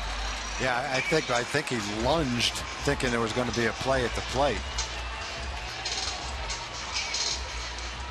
You got 15 guys sitting down in a bullpen in this ballpark, and you've got to play that with the seats down there like that? That's a joke. It would have been a real joke if it was an inside the park home run, which it almost was. Great throw from Chew. Yeah, Bobby's lunging, thinking he had to make a tag. That would have been some kind of tag if he was going. Well, credit Chew for going in there and figuring out where that ball was and throwing it back in quickly.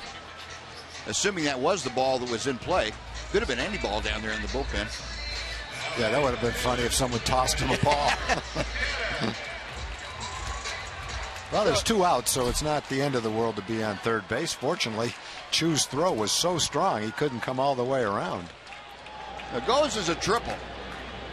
That is the 3rd Oakland hit tonight. So Burns the 3rd with 2 outs. Mark Canha is 0 for 2 at the plate. Colby. Misses with a slider for ball one. Canna is flying to right field and line to second. Soft line drive to Rougned Odor.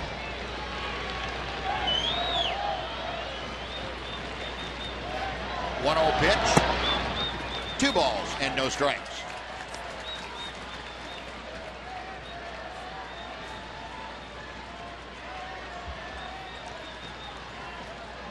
Here's the area where that ball it disappeared under the chairs.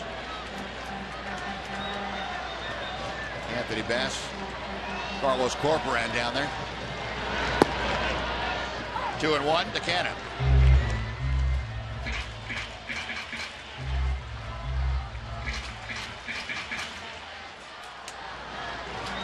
Well, the American League team leaders with triples, Oakland, that is a new franchise record, their 41st team triple.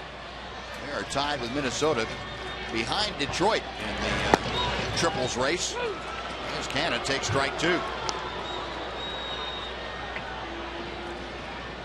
Previous record they tied last night was set back in 1968. That was the first year that Oakland played out here.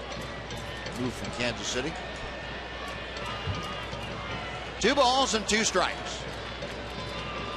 With Burns at third, Colby working from the stretch. And Canna pops it up. Shallow right field. Going out Odor. Chu coming on. He calls off Odor. And Shin-Soo makes the catch. That'll do it. No runs. The 2-out triple goes to no avail for the A's. After 5, 7-1 Rangers.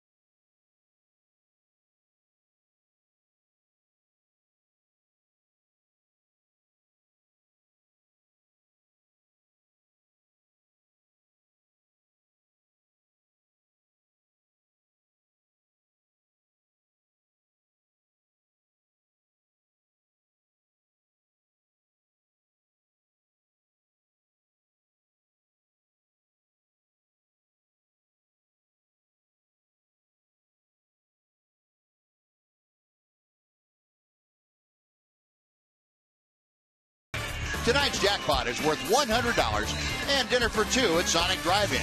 If a Ranger hits a home run this inning, Nancy Girgis of Colleyville will win $100.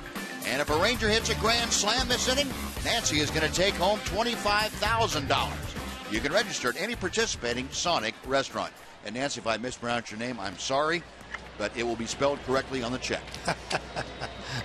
Take the sting out of it. Rougned Odor starting things off. Arnold Leone fires strike 1. Rougned coming out of his shoes to go up that pitch. Odor 0 for 2 tonight. Ground out to second and a strikeout. Rangers 7 runs on 8 hits. There's a broken back roller softly to second. That went faster and farther than the ball. Was that 2 times in the series? Yeah. In the last 2 games we've seen that? Yeah. All the broken bats are starting to run together now. I keep track of when they happen.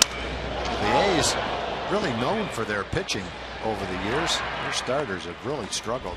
It's the 19th time in the last 39 games the starter hasn't completed 5 innings. Starters are 6-19 with an ERA over 6 in those 38 games coming into the game today. Isn't that something? Yeah, they're Almost unheard of up here. really struggle. Now, Bobby Wilson, he is 1 for 1 officially tonight. He has walked and singled. Bobby now with the overall average at 195. 2 balls, no strikes.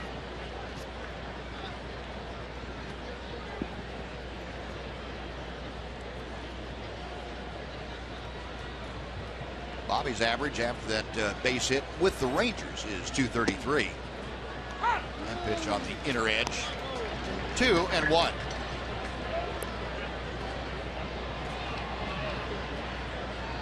Bobby up and down with the Tampa Bay Rays earlier this year. Hit just 145. Spent most of his time at Durham, the AAA affiliate of Tampa Bay. After the Rays called him up and then designated him for assignment, had to put him on waivers. And Rangers claimed him off the waiver wire July 31st.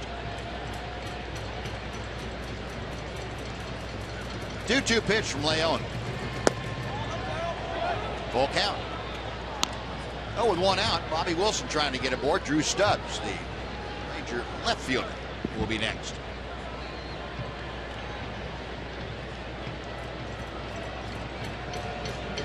Leon to the wind, the payoff pitch.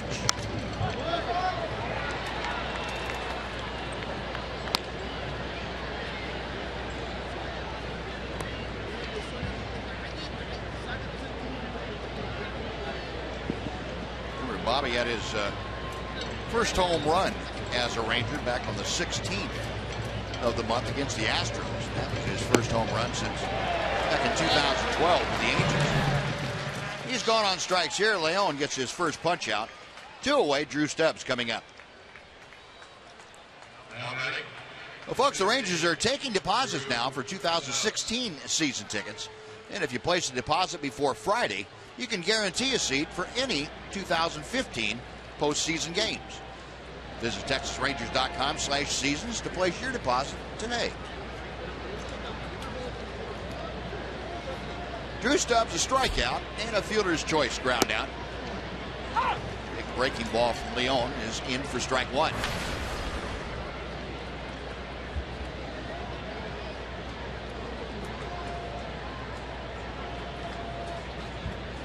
Leon to the wind, back to the plate, and Stubbs pops it up. Long run over for Vogt in front of the Ranger dugout, and he makes the catch. 95 feet of room over there from the first base foul line to the end of the dugout.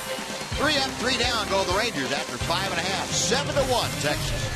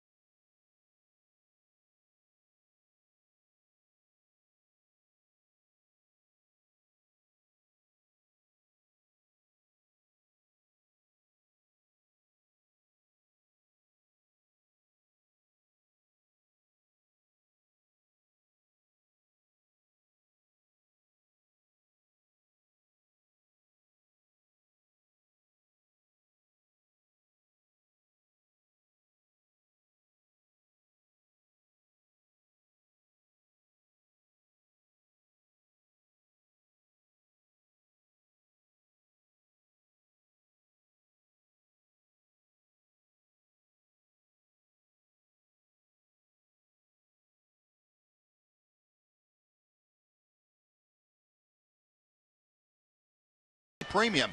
Watch every out-of-market game live on more than 400 supported devices. You get real-time highlights, live look-ins, pitch tracking widget, and a lot more. Just visit MLB.tv today. Josh Reddick starting things off in the 6th inning for the A's. Colby Lewis going right to work, pouring in strike 1, followed by strike 2.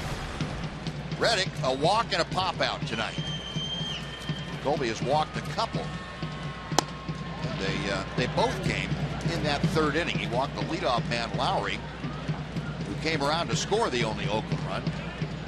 Run support leaders, Colby 4th in the American League, 6 1/4 runs. He has got one more than that. And Reddick tees off to right center field. That is deep and gone. Josh Reddick with his 20th home run of the year. It is a 7-2 Ranger lead, and Colby a little upset with himself on that. Yeah, Colby had thrown him a couple of fastballs to get ahead in the count. Reddick took the second one, and he was ready for the fastball that he hit. Fastball down and golfed it all the way out of here. Trying to throw it down and away. Let's see where it ends up. Whoops. Yep. Down in the middle of the plate. That distance of whatever it is, 9 inches or a foot, all the difference in the world. No, it's a 5-run lead now for Colby and the Rangers. And Danny Valencia takes strike 1.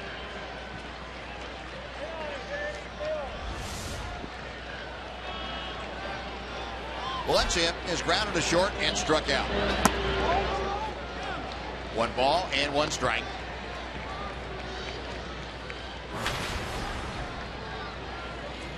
Colby, being a fly ball pitcher, you would expect to give up a lot of home runs. It's not necessarily the case. He doesn't give up a lot of them. Not an inordinate number. That's the 25th that he's given up this year in almost 200 innings. 196. Most fly balls, though, Colby gives them up more frequently than anybody. 2-2 now.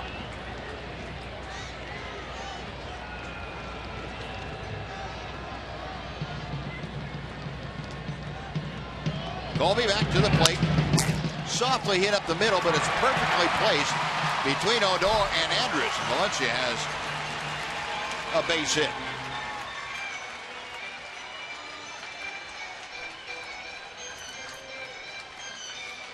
It's one of those pitches that you're trying to make. Hitter hit it the way you want him to hit it. Watch the catcher. There's the pitch, right where the catcher had his glove, down out of the strike zone.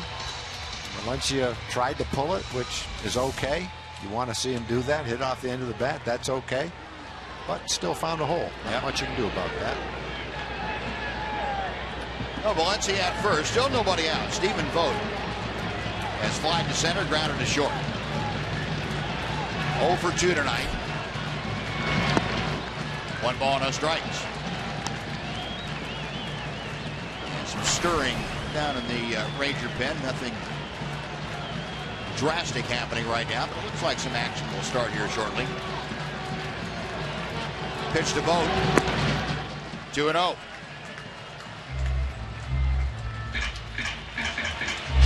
Sam Freeman grabbed the ball and he started loosening in the Ranger pen. Colby, 87 pitches. Very comfortable night. 68 degrees at first pitch. Probably down in the low 60s by now, but not a bad night at all to pitch on. 2-1 to Vogt.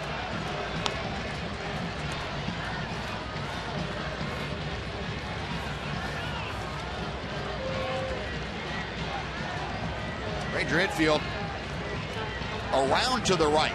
Elvis playing 3 or 4 steps on the first base side of second. Vogt fouls it straight back. And that evens the count now at 2-2. Vogt got off to a terrific start this year. He was one of the all-star catchers, and he had the highest vote total of any catcher according to the players voting.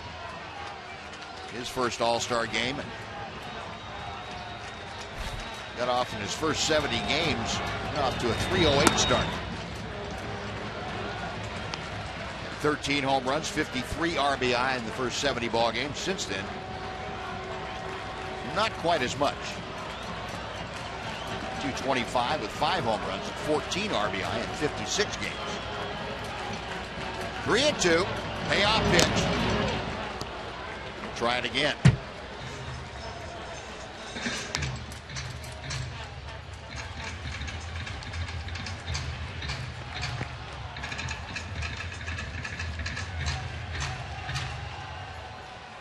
Colby with a new baseball. Back up on top of the hill. Vogt back in the batter's box. Valencia at first. Colby another 3-2 pitch. It's fouled off to the left. Right after him with fastballs. Vogt fouling off the high fastball. Running Colby's pitch count up there a little bit, though. Yep. 92 pitches right now in the 6th inning.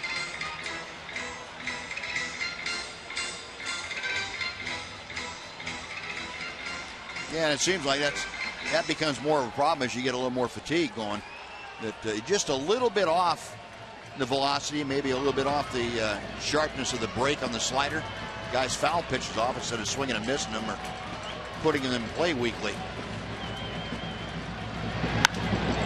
This one in the air to fairly deep center, but it's playable for Delino DeShields. He makes the catch. Valencia bluffs a move to second just to make sure that Delino gets the ball back in, which he does, and that is out number 1.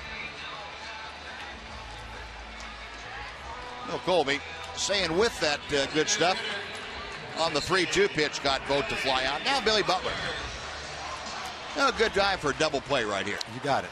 He's hitting 26 of them. We said that last night, and he obliged us with his 26th ground ball double play. Butler is struck out and grounded weakly to the right side. Take strike 1.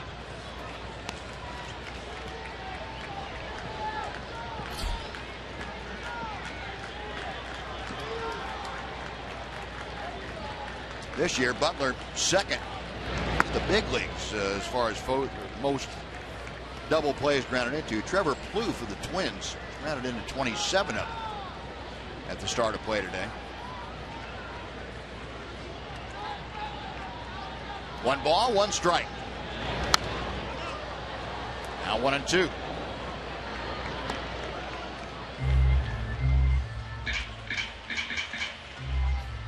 Butler a little frustrated with himself, swinging and fouling back that last pitch. He thought it was pretty hittable. Yeah, I thought Butler had some pitches to hit last night too and fouled them off.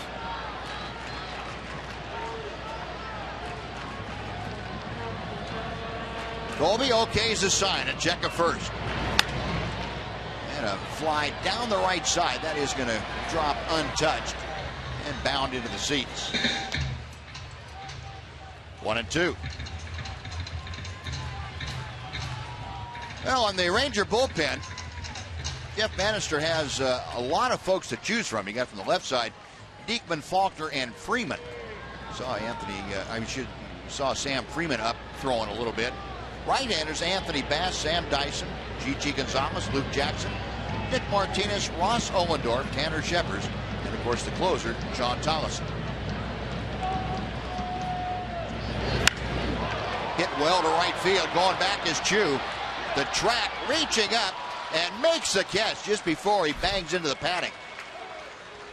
Nice play by Chu going back. Yeah, Shin-Su's making nice plays out in right field. They're going along with his overall game.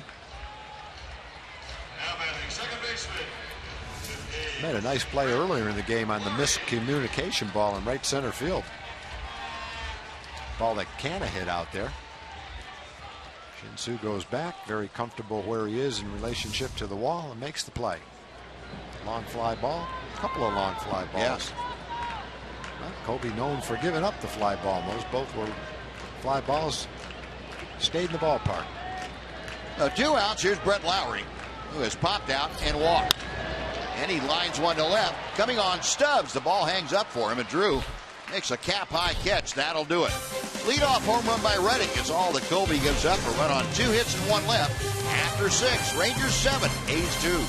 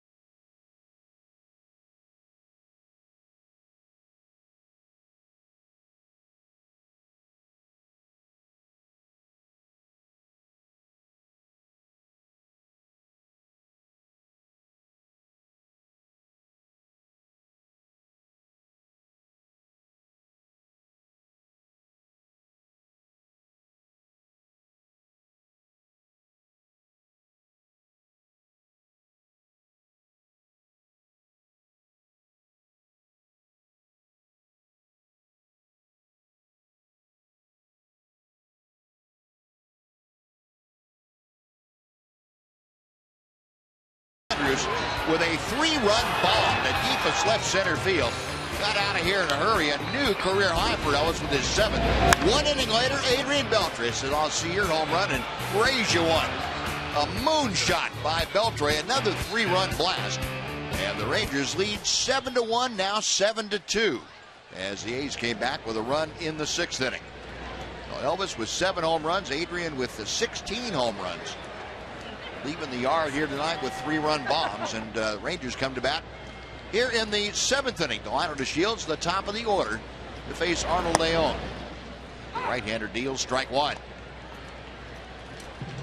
Delino doubled to right and scored on Beltre's 3-run home run in the 5th inning. Delino 1 out of 3. Couldn't help himself on that sharp slider by Leon. He's going to have a little talk with himself. Shaking his head. He didn't like the answer he gave himself on that. Got nobody to blame but himself then. Yeah, low and outside. 1 ball, 2 strikes.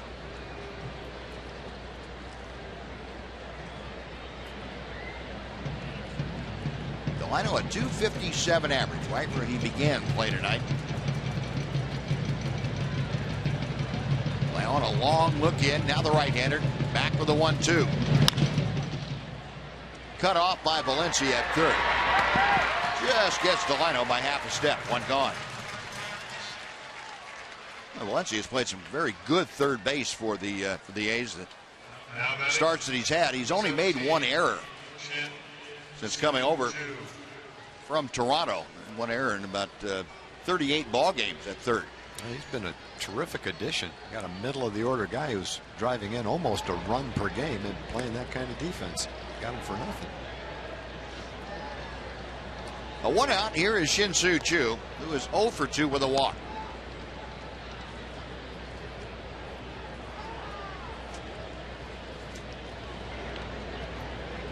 Leon's first pitch to him. It's that breaking ball over for strike 1. Choo in his last 10 road games has been a .324 hitter.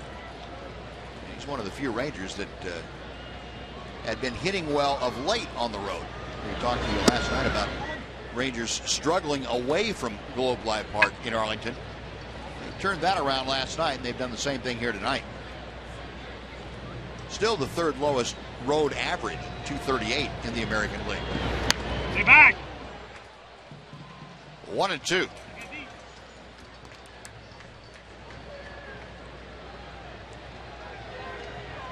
Shin-Soo back to that normal double flap arrangement on his batting helmet. Emily told us about that, going with the single flap. A little superstition involved in that. At last homestand, Choo had broken his double flap helmet, went with a single flap, got on base every time for the next week, it seemed like. Stayed with the single flap. Now he's gone back to the 2-up. Outside, that fills the count.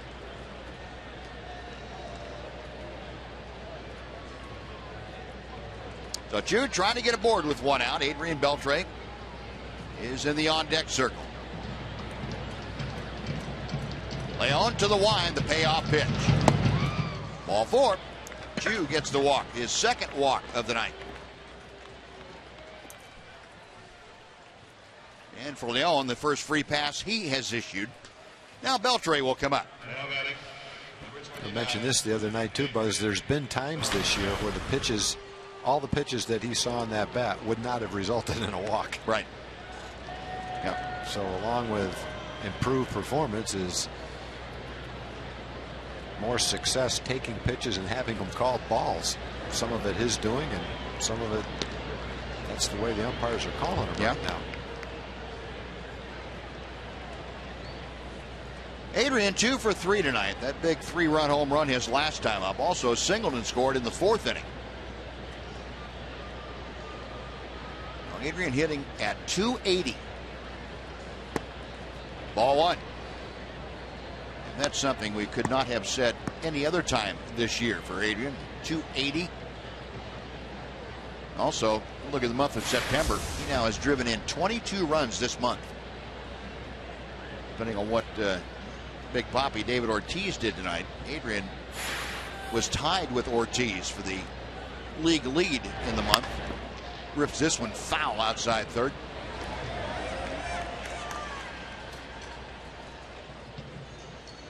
And Boston only scored 2 runs tonight, so Ortiz couldn't have gotten more than 2 runs unless they got penalized.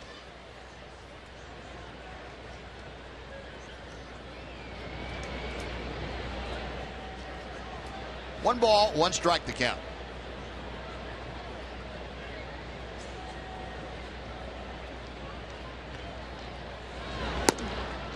Now 2-1.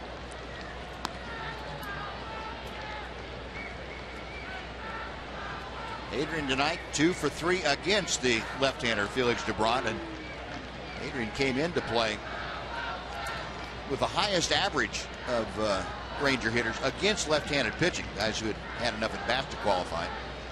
He had a 285 average. That's gone up a bit as he went 2 for 3. None for Ortiz tonight, Buzz. None for Ortiz. According to Bo. Yep. So Adrian with 22 is the league leader for the month of September. 22 RBI. Looking for a couple more right here. Got Jew at first with 1 out.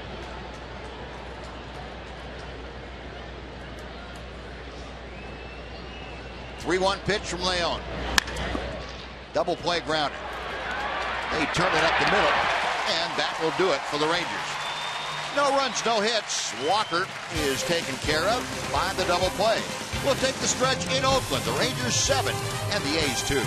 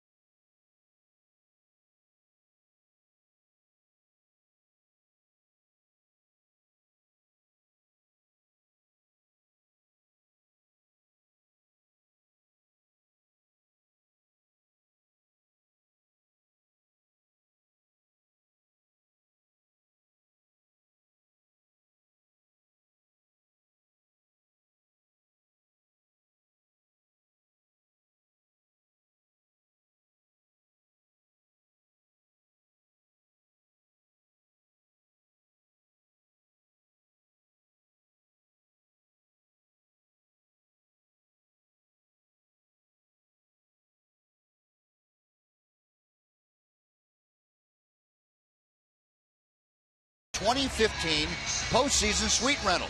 Postseason suites are the perfect way to entertain your group of from 12 to 100. Visit TexasRangers.com/postseason suite. You'll get all the details on this exciting opportunity.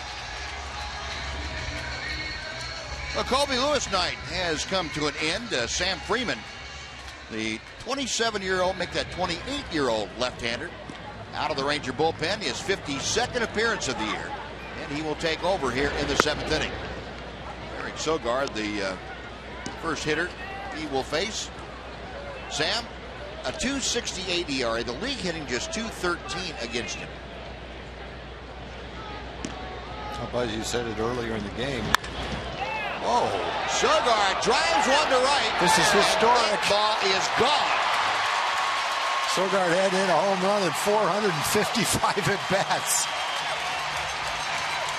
Well, he just ended that homerless streak. Boy, there's no doubt about that one, too. You know, usually if a guy hadn't hit a home run in 455 at bats, it'd be a blooper right down the line about 331 feet, but put a charge in that one.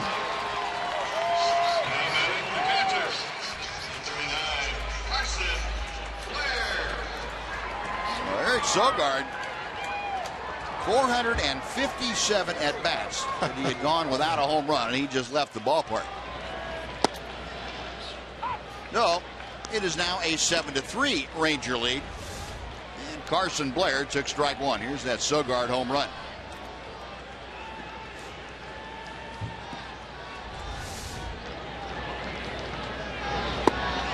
Well, Sogard is one of the guys in the league that you would say, okay, I can get ahead of him with a fastball. The worst thing he's going to do is get a single with it. Not that time. No, that got out of here pretty good distance. 0-2 to Blair. Call, strike three. Carson Blair, admiring that, became a window shopper, and he is sent packing. One out. Center fielder, number 1, Billy Burns.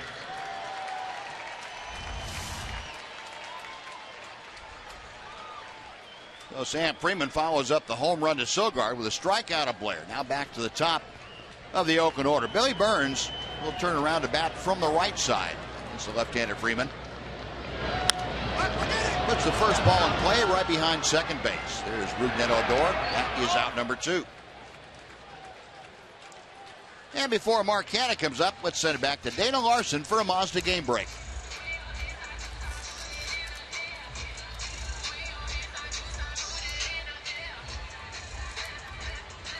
Now batting left fielder, 20, Mark Hanna.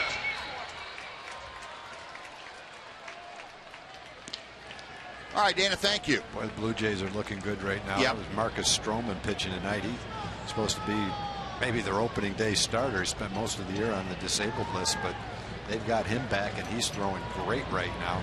Combining that with David Price and Burley and Dickey and the rest of the rotation, boy, the way they're pounding the ball, they got to be the pre-tournament favorite right now. You would think. They're now 3.5 games up on the Yankees in that Eastern Division.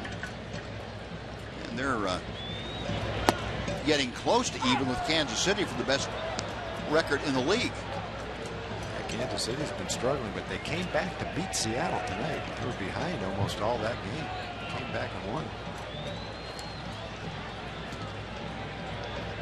1 ball and 1 strike to Canna. 0 for 3 tonight. Now 1-2. Ross Ollendorf loosening in the Ranger bullpen.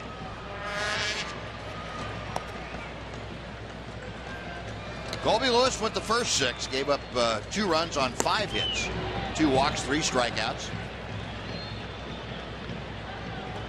Sam Freeman trying to get out of this 7th inning. 2-2.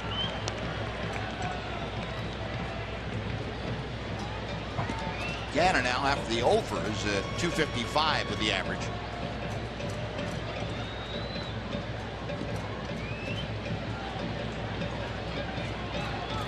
Freeman's next offering. Beltre. Long throw to Moreland. That'll do it. Now the leadoff home run by Eric Sogard. Nothing but historic with just 1 run. We'll go to the 8th inning. It's the Rangers 7 and the A's 3.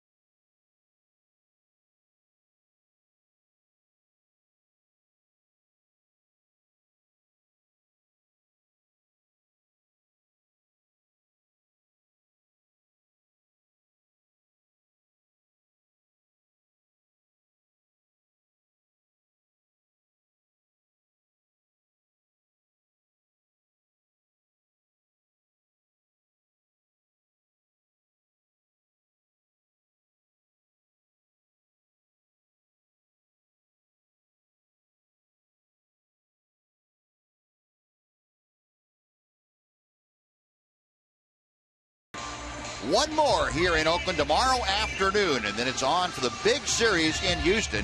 Friday night, Saturday afternoon, Sunday afternoon, before coming home to finish off the 2015 regular season. 3 against Detroit and 4 with the Angels. The American League playoffs start the following week. And the Rangers putting themselves in pretty good position to be vying for a playoff spot. They lead the Houston by 2.5 games as the Rangers start to play tonight. Daniel Coulombe on for the second straight night against the Rangers, and dealing to Prince Fielder, who takes ball 1. Prince 1 for 3 tonight. Snapped that 0 for 20 with a 4th inning single. Coulombe worked 1 1/3 last night against the Rangers. Gave up a couple of runs.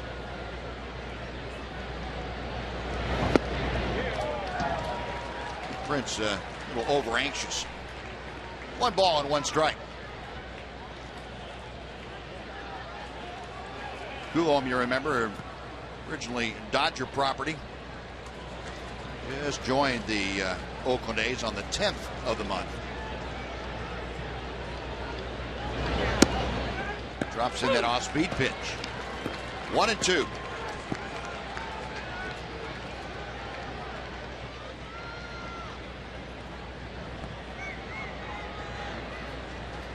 Fielder, a .305 hitter. Facing the left-hander, Coulombe.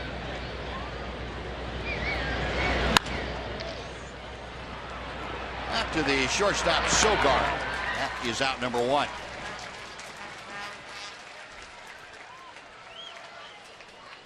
Next will be Mitch Moreland. Folks, let's take a look while we have a second here to our strongest fan photo selection of the night. T-Mobile making all this possible. Tonight's selection comes to us from Samantha. Great picture, Samantha. We appreciate that.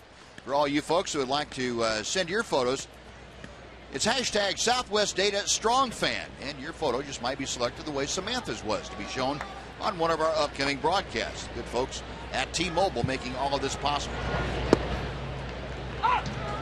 Mitch Moreland 1 for 3 with an RBI single back in the 4th inning.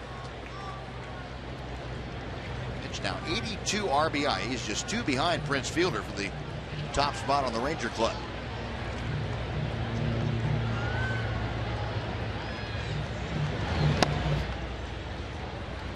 One ball and 1 strike.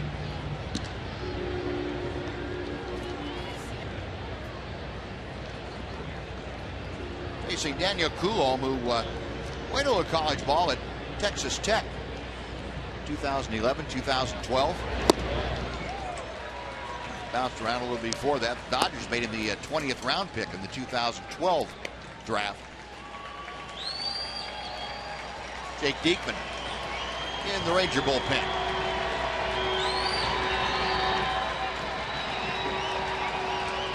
One and 2 to Mitch.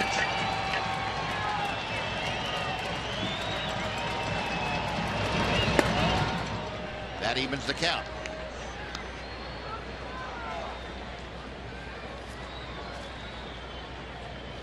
Well, Moreland with the 1 for 3 tonight. Still at 285.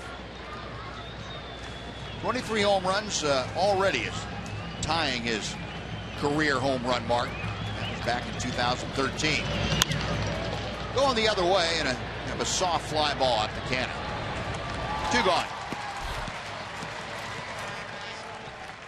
Well, Coulombe retires the 2 left-handers that he faces. Now Elvis Andrus coming up. Number 1, Elvis Andrus. Elvis, a big night. A double, a 3-run home run. 2 for 3, hitting at 261. 59 RBI for the Rangers shortstop.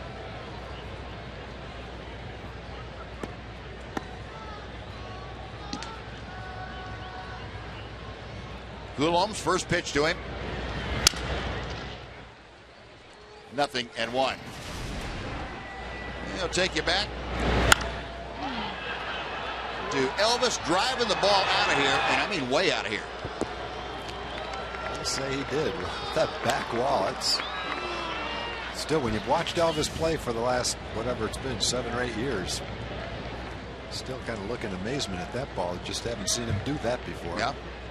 Maybe the one in Texas was pretty close. Coulombe's 0-1 pitch. 1 ball and 1 strike. But he's doing that with regularity now, driving the ball that way. Sure is. And that's something every once in a while, about once a 3 or 4 weeks, he would drive a ball to left field like that before and say, where'd that come from? Yeah. But now he's making now you a know it's where it's coming from. It. That's what he does. Yeah, a couple of those balls he hit last night. That was one double that almost killed Valencia late in the game.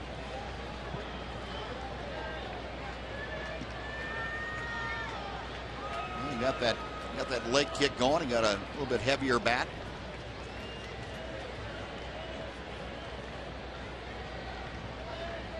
Two balls and a strike, 2 outs, base is empty. Daniel Coulombe to the plate. 2-2.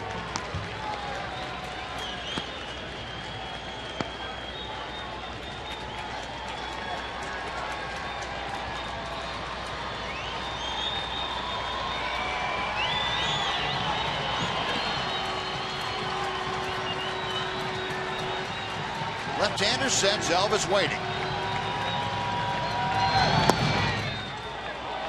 Full count. Well, Elvis trying to get on base for the 3rd time tonight. He's able to extend this 8th inning. Rougned Odor has a bat in his hand. He's waiting in that on-deck circle.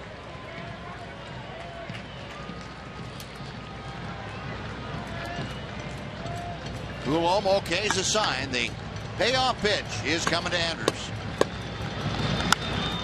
Popped him up.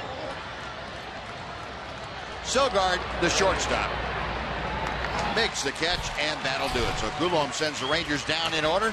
We have finished 7.5 in Oakland. Jake Diekman and the Rangers leading the A's 7-3.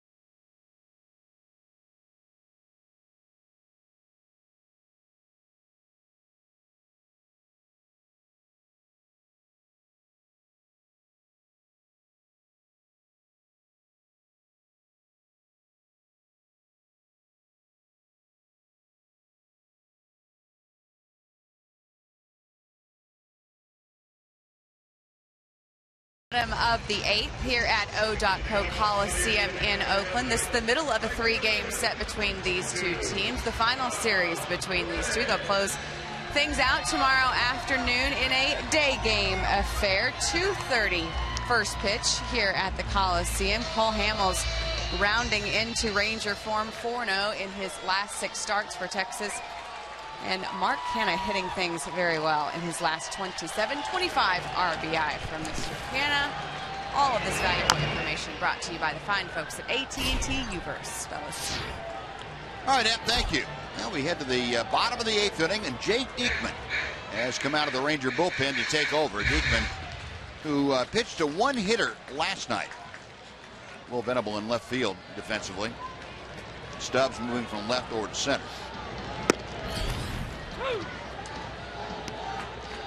Josh Reddick faced Diekman, the only hitter he faced last night. Reddick went down swinging.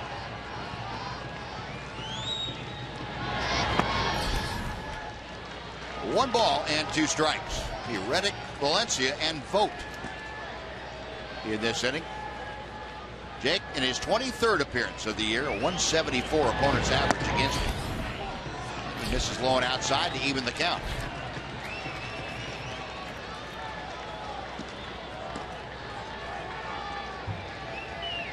Diekman has allowed just 12 hits in 19 1/3 with the Rangers.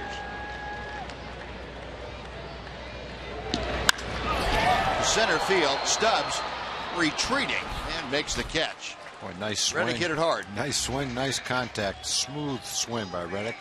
Ball jumped off his bat. Fortunately, Drew was there to make the play. That is out number 1. Danny Valencia now will come up.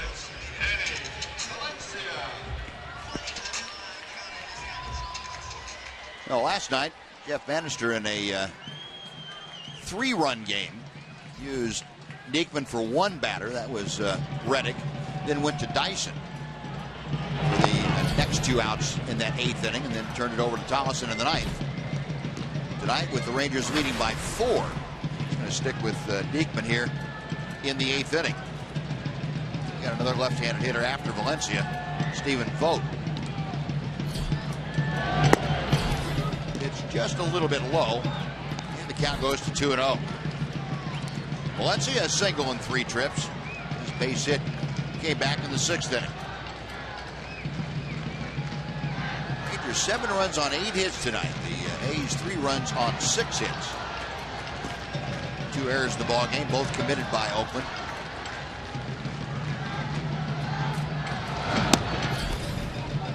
Way outside, 3 balls, no strikes.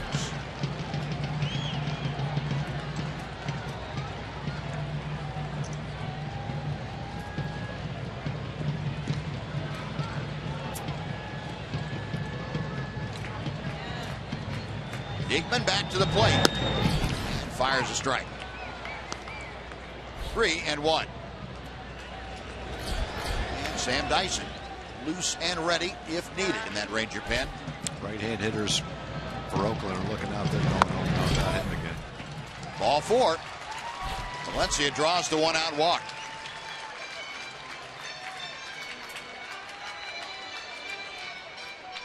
Jeff Bannister looking on, but he's going to let Jake Diekman face Stephen Vogt, the left-handed hitter. Then after him, you've got Butler, a right-hander, so that might be the one that you'd bring in Sam Dyson for. But first things first, here's Stephen Vogt, who is 0 for 3 tonight. 2 flyouts and a ground ball to short.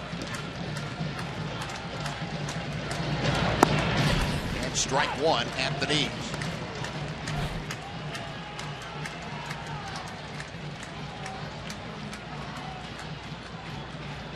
Vogt a .267 average. Rangers shading on the infield around to the right.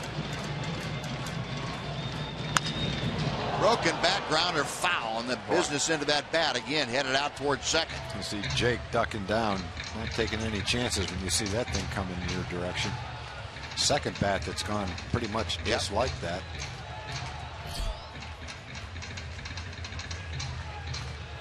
One thing they have to worry about, a line drive being hit back at you. Now you have to worry about the bat coming at you too. Yeah, that'll get your attention. The 0-2 to Vogt.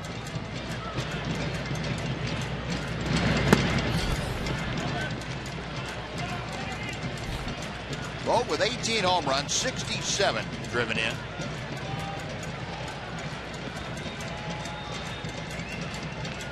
Got Valencia at first base, 1 out here in the 8th inning. 2-2.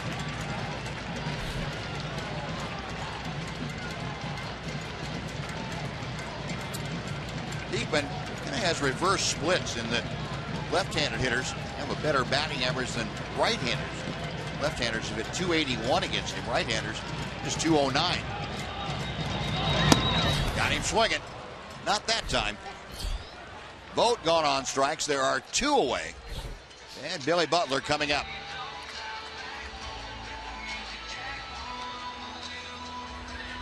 Designated hitter, number 16. Elevated that one a little bit, got it up. Some of the good swings that lefties have taken off him have been pitches more down than that. Cano hit one really well against him. Reddick hit that ball well to center field. Those pitches were down a lot more than that last one. Butler 0 for 3 tonight. Takes pitch just outside for ball 1. Butler a strikeout, a ground out. And then a nice play by Chu going back to the wall right in front of the out-of-town scoreboard. Ground ball, foul, 1 ball and 1 strike now.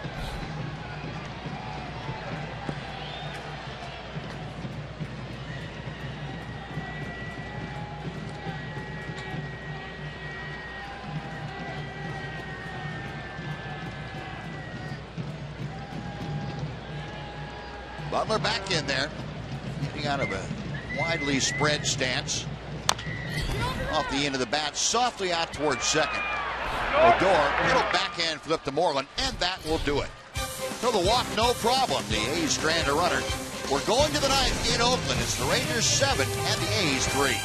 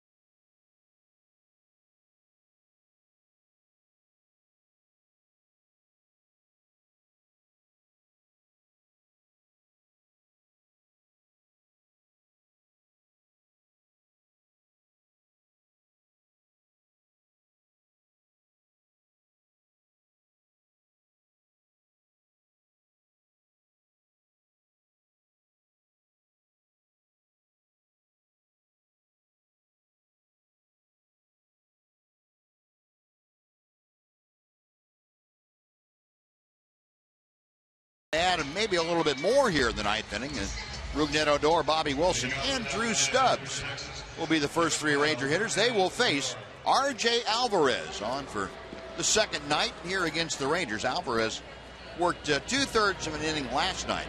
Gave up a hit, and that was it. Alvarez, part of the deal in the offseason with San Diego that saw Derek Norris go down to the Padres. And Alvarez came over to the A's. First pitch to Rougned Odor is low and inside for ball 1. Odor 0 for 3 tonight. He has grounded out twice and struck out.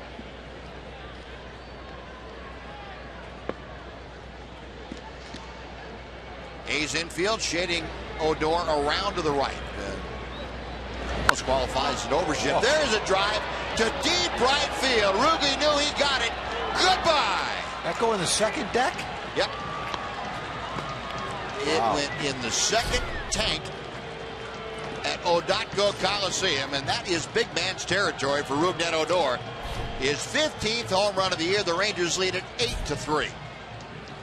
Yeah, I don't know how many Rangers have hit a ball that far this year. Maybe Mitch Moreland. That's about it. And that ball was not a high fly that was coming straight down. That thing had a little ways to go when it hit the seats up there. Boy, did he put a charge in that low fastball. Man. 15 home runs for Rougned. And 14 of them since he came back from AAA in the middle of June. Bobby Wilson backing out from a breaking ball takes strike one. Watch this one. Boy, that's right in his wheelhouse, too. Down and slightly in. He put his head down the second as soon as he could drop his bat, his head was down jogging to first. That was a blast. Alvarez, little underhand to Vogt at first. That is out number one.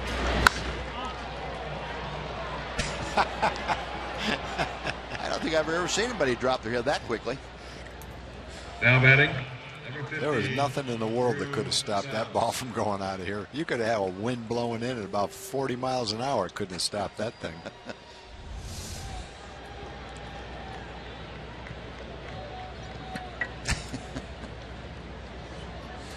So Rougned Odor, 14 or 15 home runs now, 57 runs driven in. Drew Stubbs, 0 for 3 tonight. And Alvarez pumps in strike one. Stubbs has struck out, grounded out, and popped out. Interesting to ask the A's people in the course of a full season how many balls to left field and right field. It's exactly the same distance. Go into that second deck. You know, over the years, I think we've seen a couple. That's the only one I can remember. There's probably been a couple, but that's not common for a ball to be hit up there. That's a long way, boy. It is not, and that's part of the park that didn't change when they enlarged center field and put the structure out there. Mount Davis, I believe they call it. What a monstrosity. Look at that. Good for football. At the old Coliseum, without that out there, was wide open, and the horseshoe shape of the Coliseum is just like it was then. It looks like there's too much cement and not enough seats.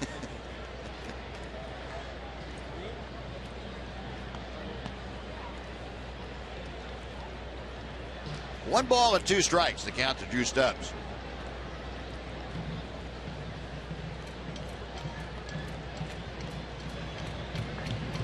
Alvarez back to the plate.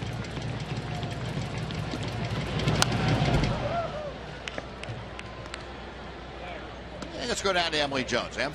You guys were talking about the attitude with which Rougned Odor plays the game, a little bit of edge, and talked to the guys in the clubhouse about it one day, just about, you know, kind of that swagger that he has, the attitude, and it seems like, you know, winning teams have 1 or 2 guys that have that sort of attitude, if you know what I'm talking about, when they play, and everybody giving Rugi a hard time when we were talking about it and saying that he was their little pit bull. So he's their, you know, maybe small in size and in stature, but he's got a big game, and he plays like he's much bigger than he is. That's a good nickname for him, pit bull. That's perfect.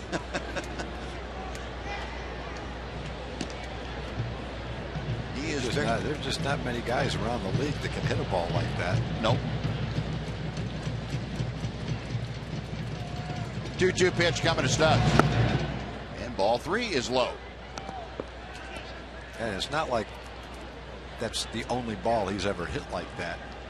I'm not saying he's hit him quite that far, but he's hit 5 or 6 balls like that. Hit that ball in Houston into the second deck last year. And he's hit a number of balls hard like that.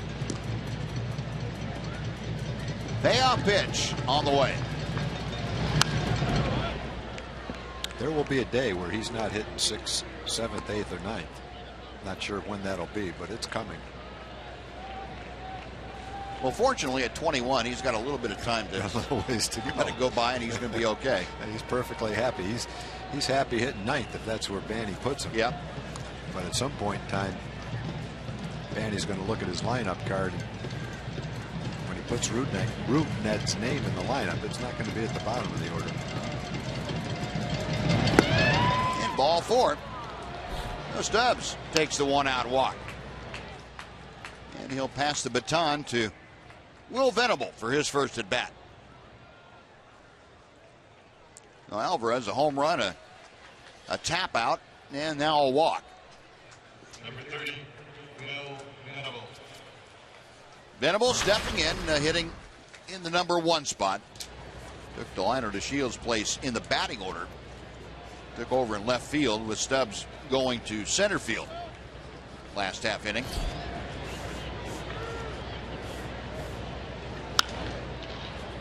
Off the end of the bat, and that'll slice back out of play right over the A's bullpen down there, down the left side. Another team effort by the Ranger offense. Everybody's reached base one way or the other. Shin-Soo has a couple of walks. Drew now has a walk. That's pretty much been the theme the last couple of weeks. Contributions 1 through 9, starters, bullpen, you name it.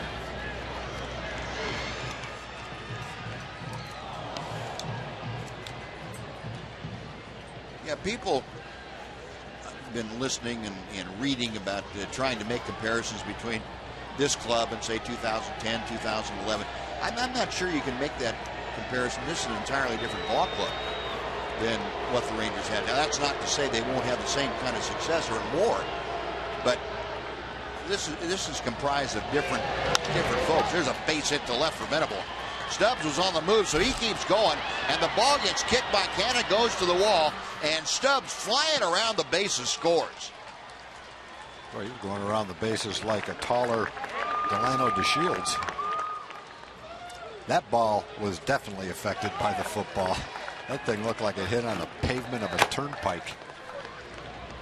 Canna didn't have a chance to stop that. Very hard hit ball Now batting by Venable. 17. It skipped on that hard turf out there and went right by him. Good swing. Watch this thing take off. Yeah. Canna had no chance. No. Looked like a golf ball going down the cart path. Well, that's going to be a double for Venable, an RBI, and the Rangers now have increased their lead to 9-3. And Kurt Young again out to the mound and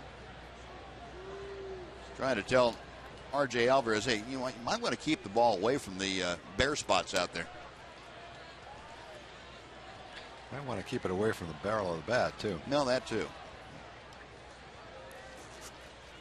Well, the Rangers 9 runs on 10 hits now this evening. Again, double figures in hits.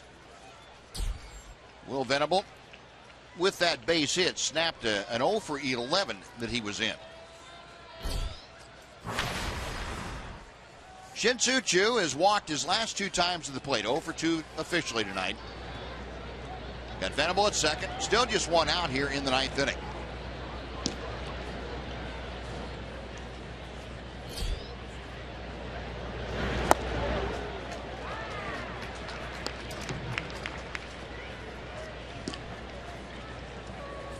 Choo, along with the walks, rounded out in the 1st inning, and in the 4th he struck out.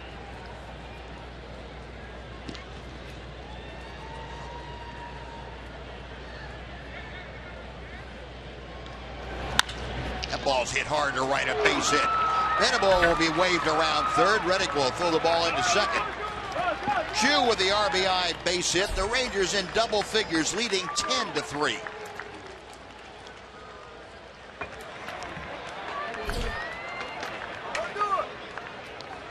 Choo now 71 driven in this year.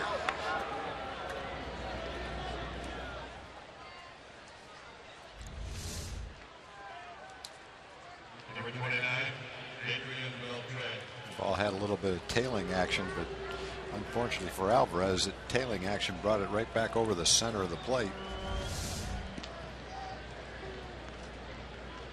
Well, here's Adrian Beltre. Ball 1. 4th game for the Rangers with 10 runs in the last 10 days. Double-digit hits frequently now, 5 times in the last week. Offense is clicking.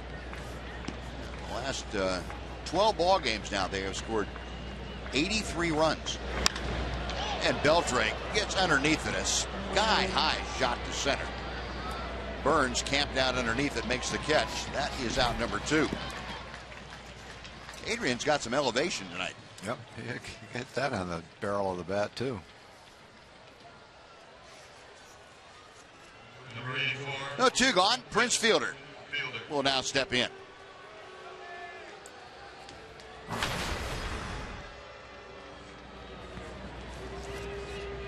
Fielder 1 for 4. 3 ground outs and a single and a run scored back in the 4th inning. Alvarez hits the outside corner with strike 1.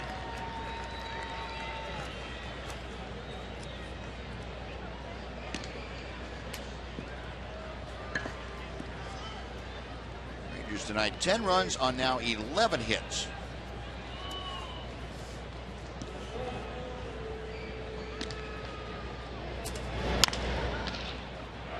The mound right at second base, and Sogard makes the catch standing right on the bag, and that'll do it. But the Rangers score 3 more times to get 3 runs on 3 hits and leave 1. Bottom of the 9th coming up. Ross Ohlendorf coming in. Rangers leading 10-3.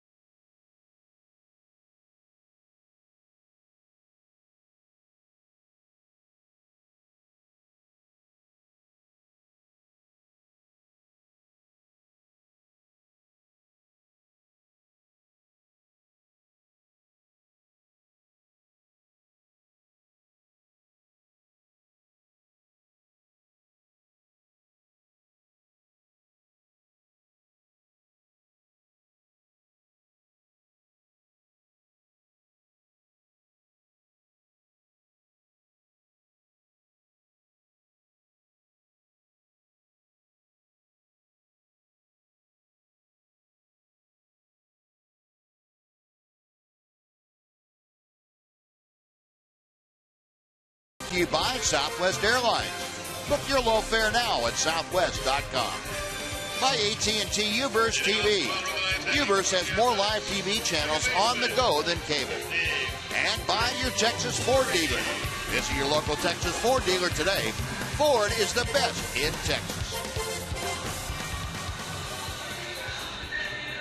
Rangers on top, 10-3 as Ross Ohlendorf takes over on the hill here in the bottom of the 9th inning.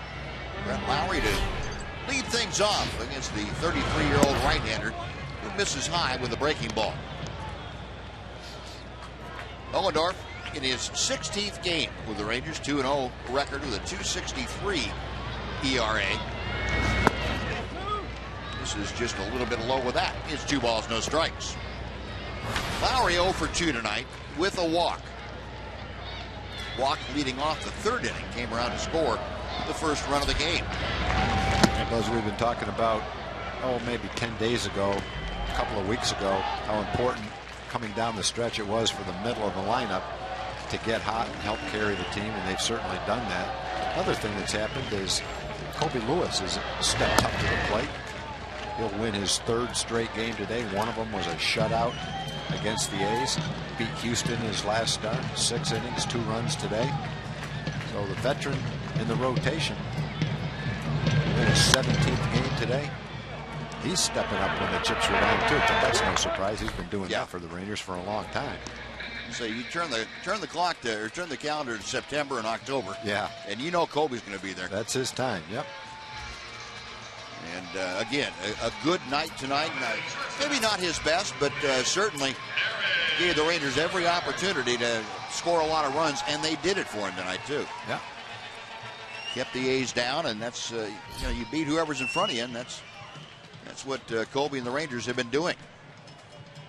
Eric Sogard broke a 457 at bat homerless streak last time up. 2 for 3 tonight. First 17-game winner since Scott Feldman. Scott Feldman, first right-handed 17-game winner. Right-hander in 09. And Sogard going to try and do it again. Yeah, No, he's not going to get there. A little heavier air this inning. That is out number 2, and Ohlendorf now will face Sam Fuld, the pinch hitter, coming off the A's bench. You know, until I saw him hit that ball in the stands, you might have said that's his best ball right there, right in front of the warning track. But he made, I guess, pretty much picture-perfect contact on the ball he hit out of here.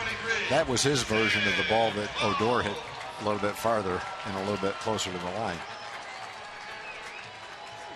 Sam Fuld coming off the bench to pinch hit. Fuld a 199 average, and he takes the first pitch for strike 1.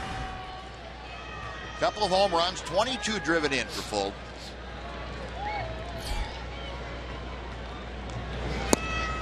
One ball and 1 strike.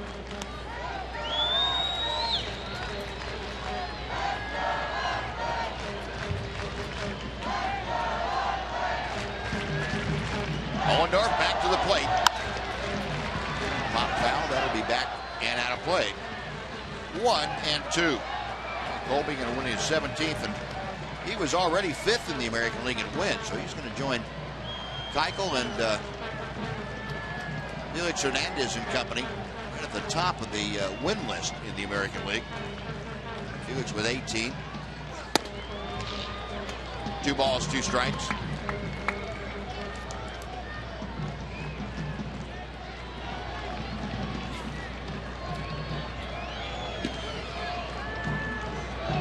Ohlendorf's next pitch. Foul back.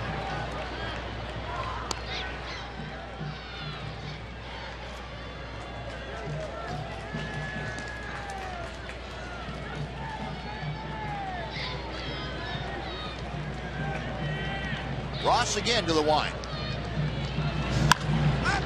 And it's skied to shallow right center. Backing up, Rougned Odor calling everybody off. Makes the catch, and that is a winner. And the Rangers have won this series.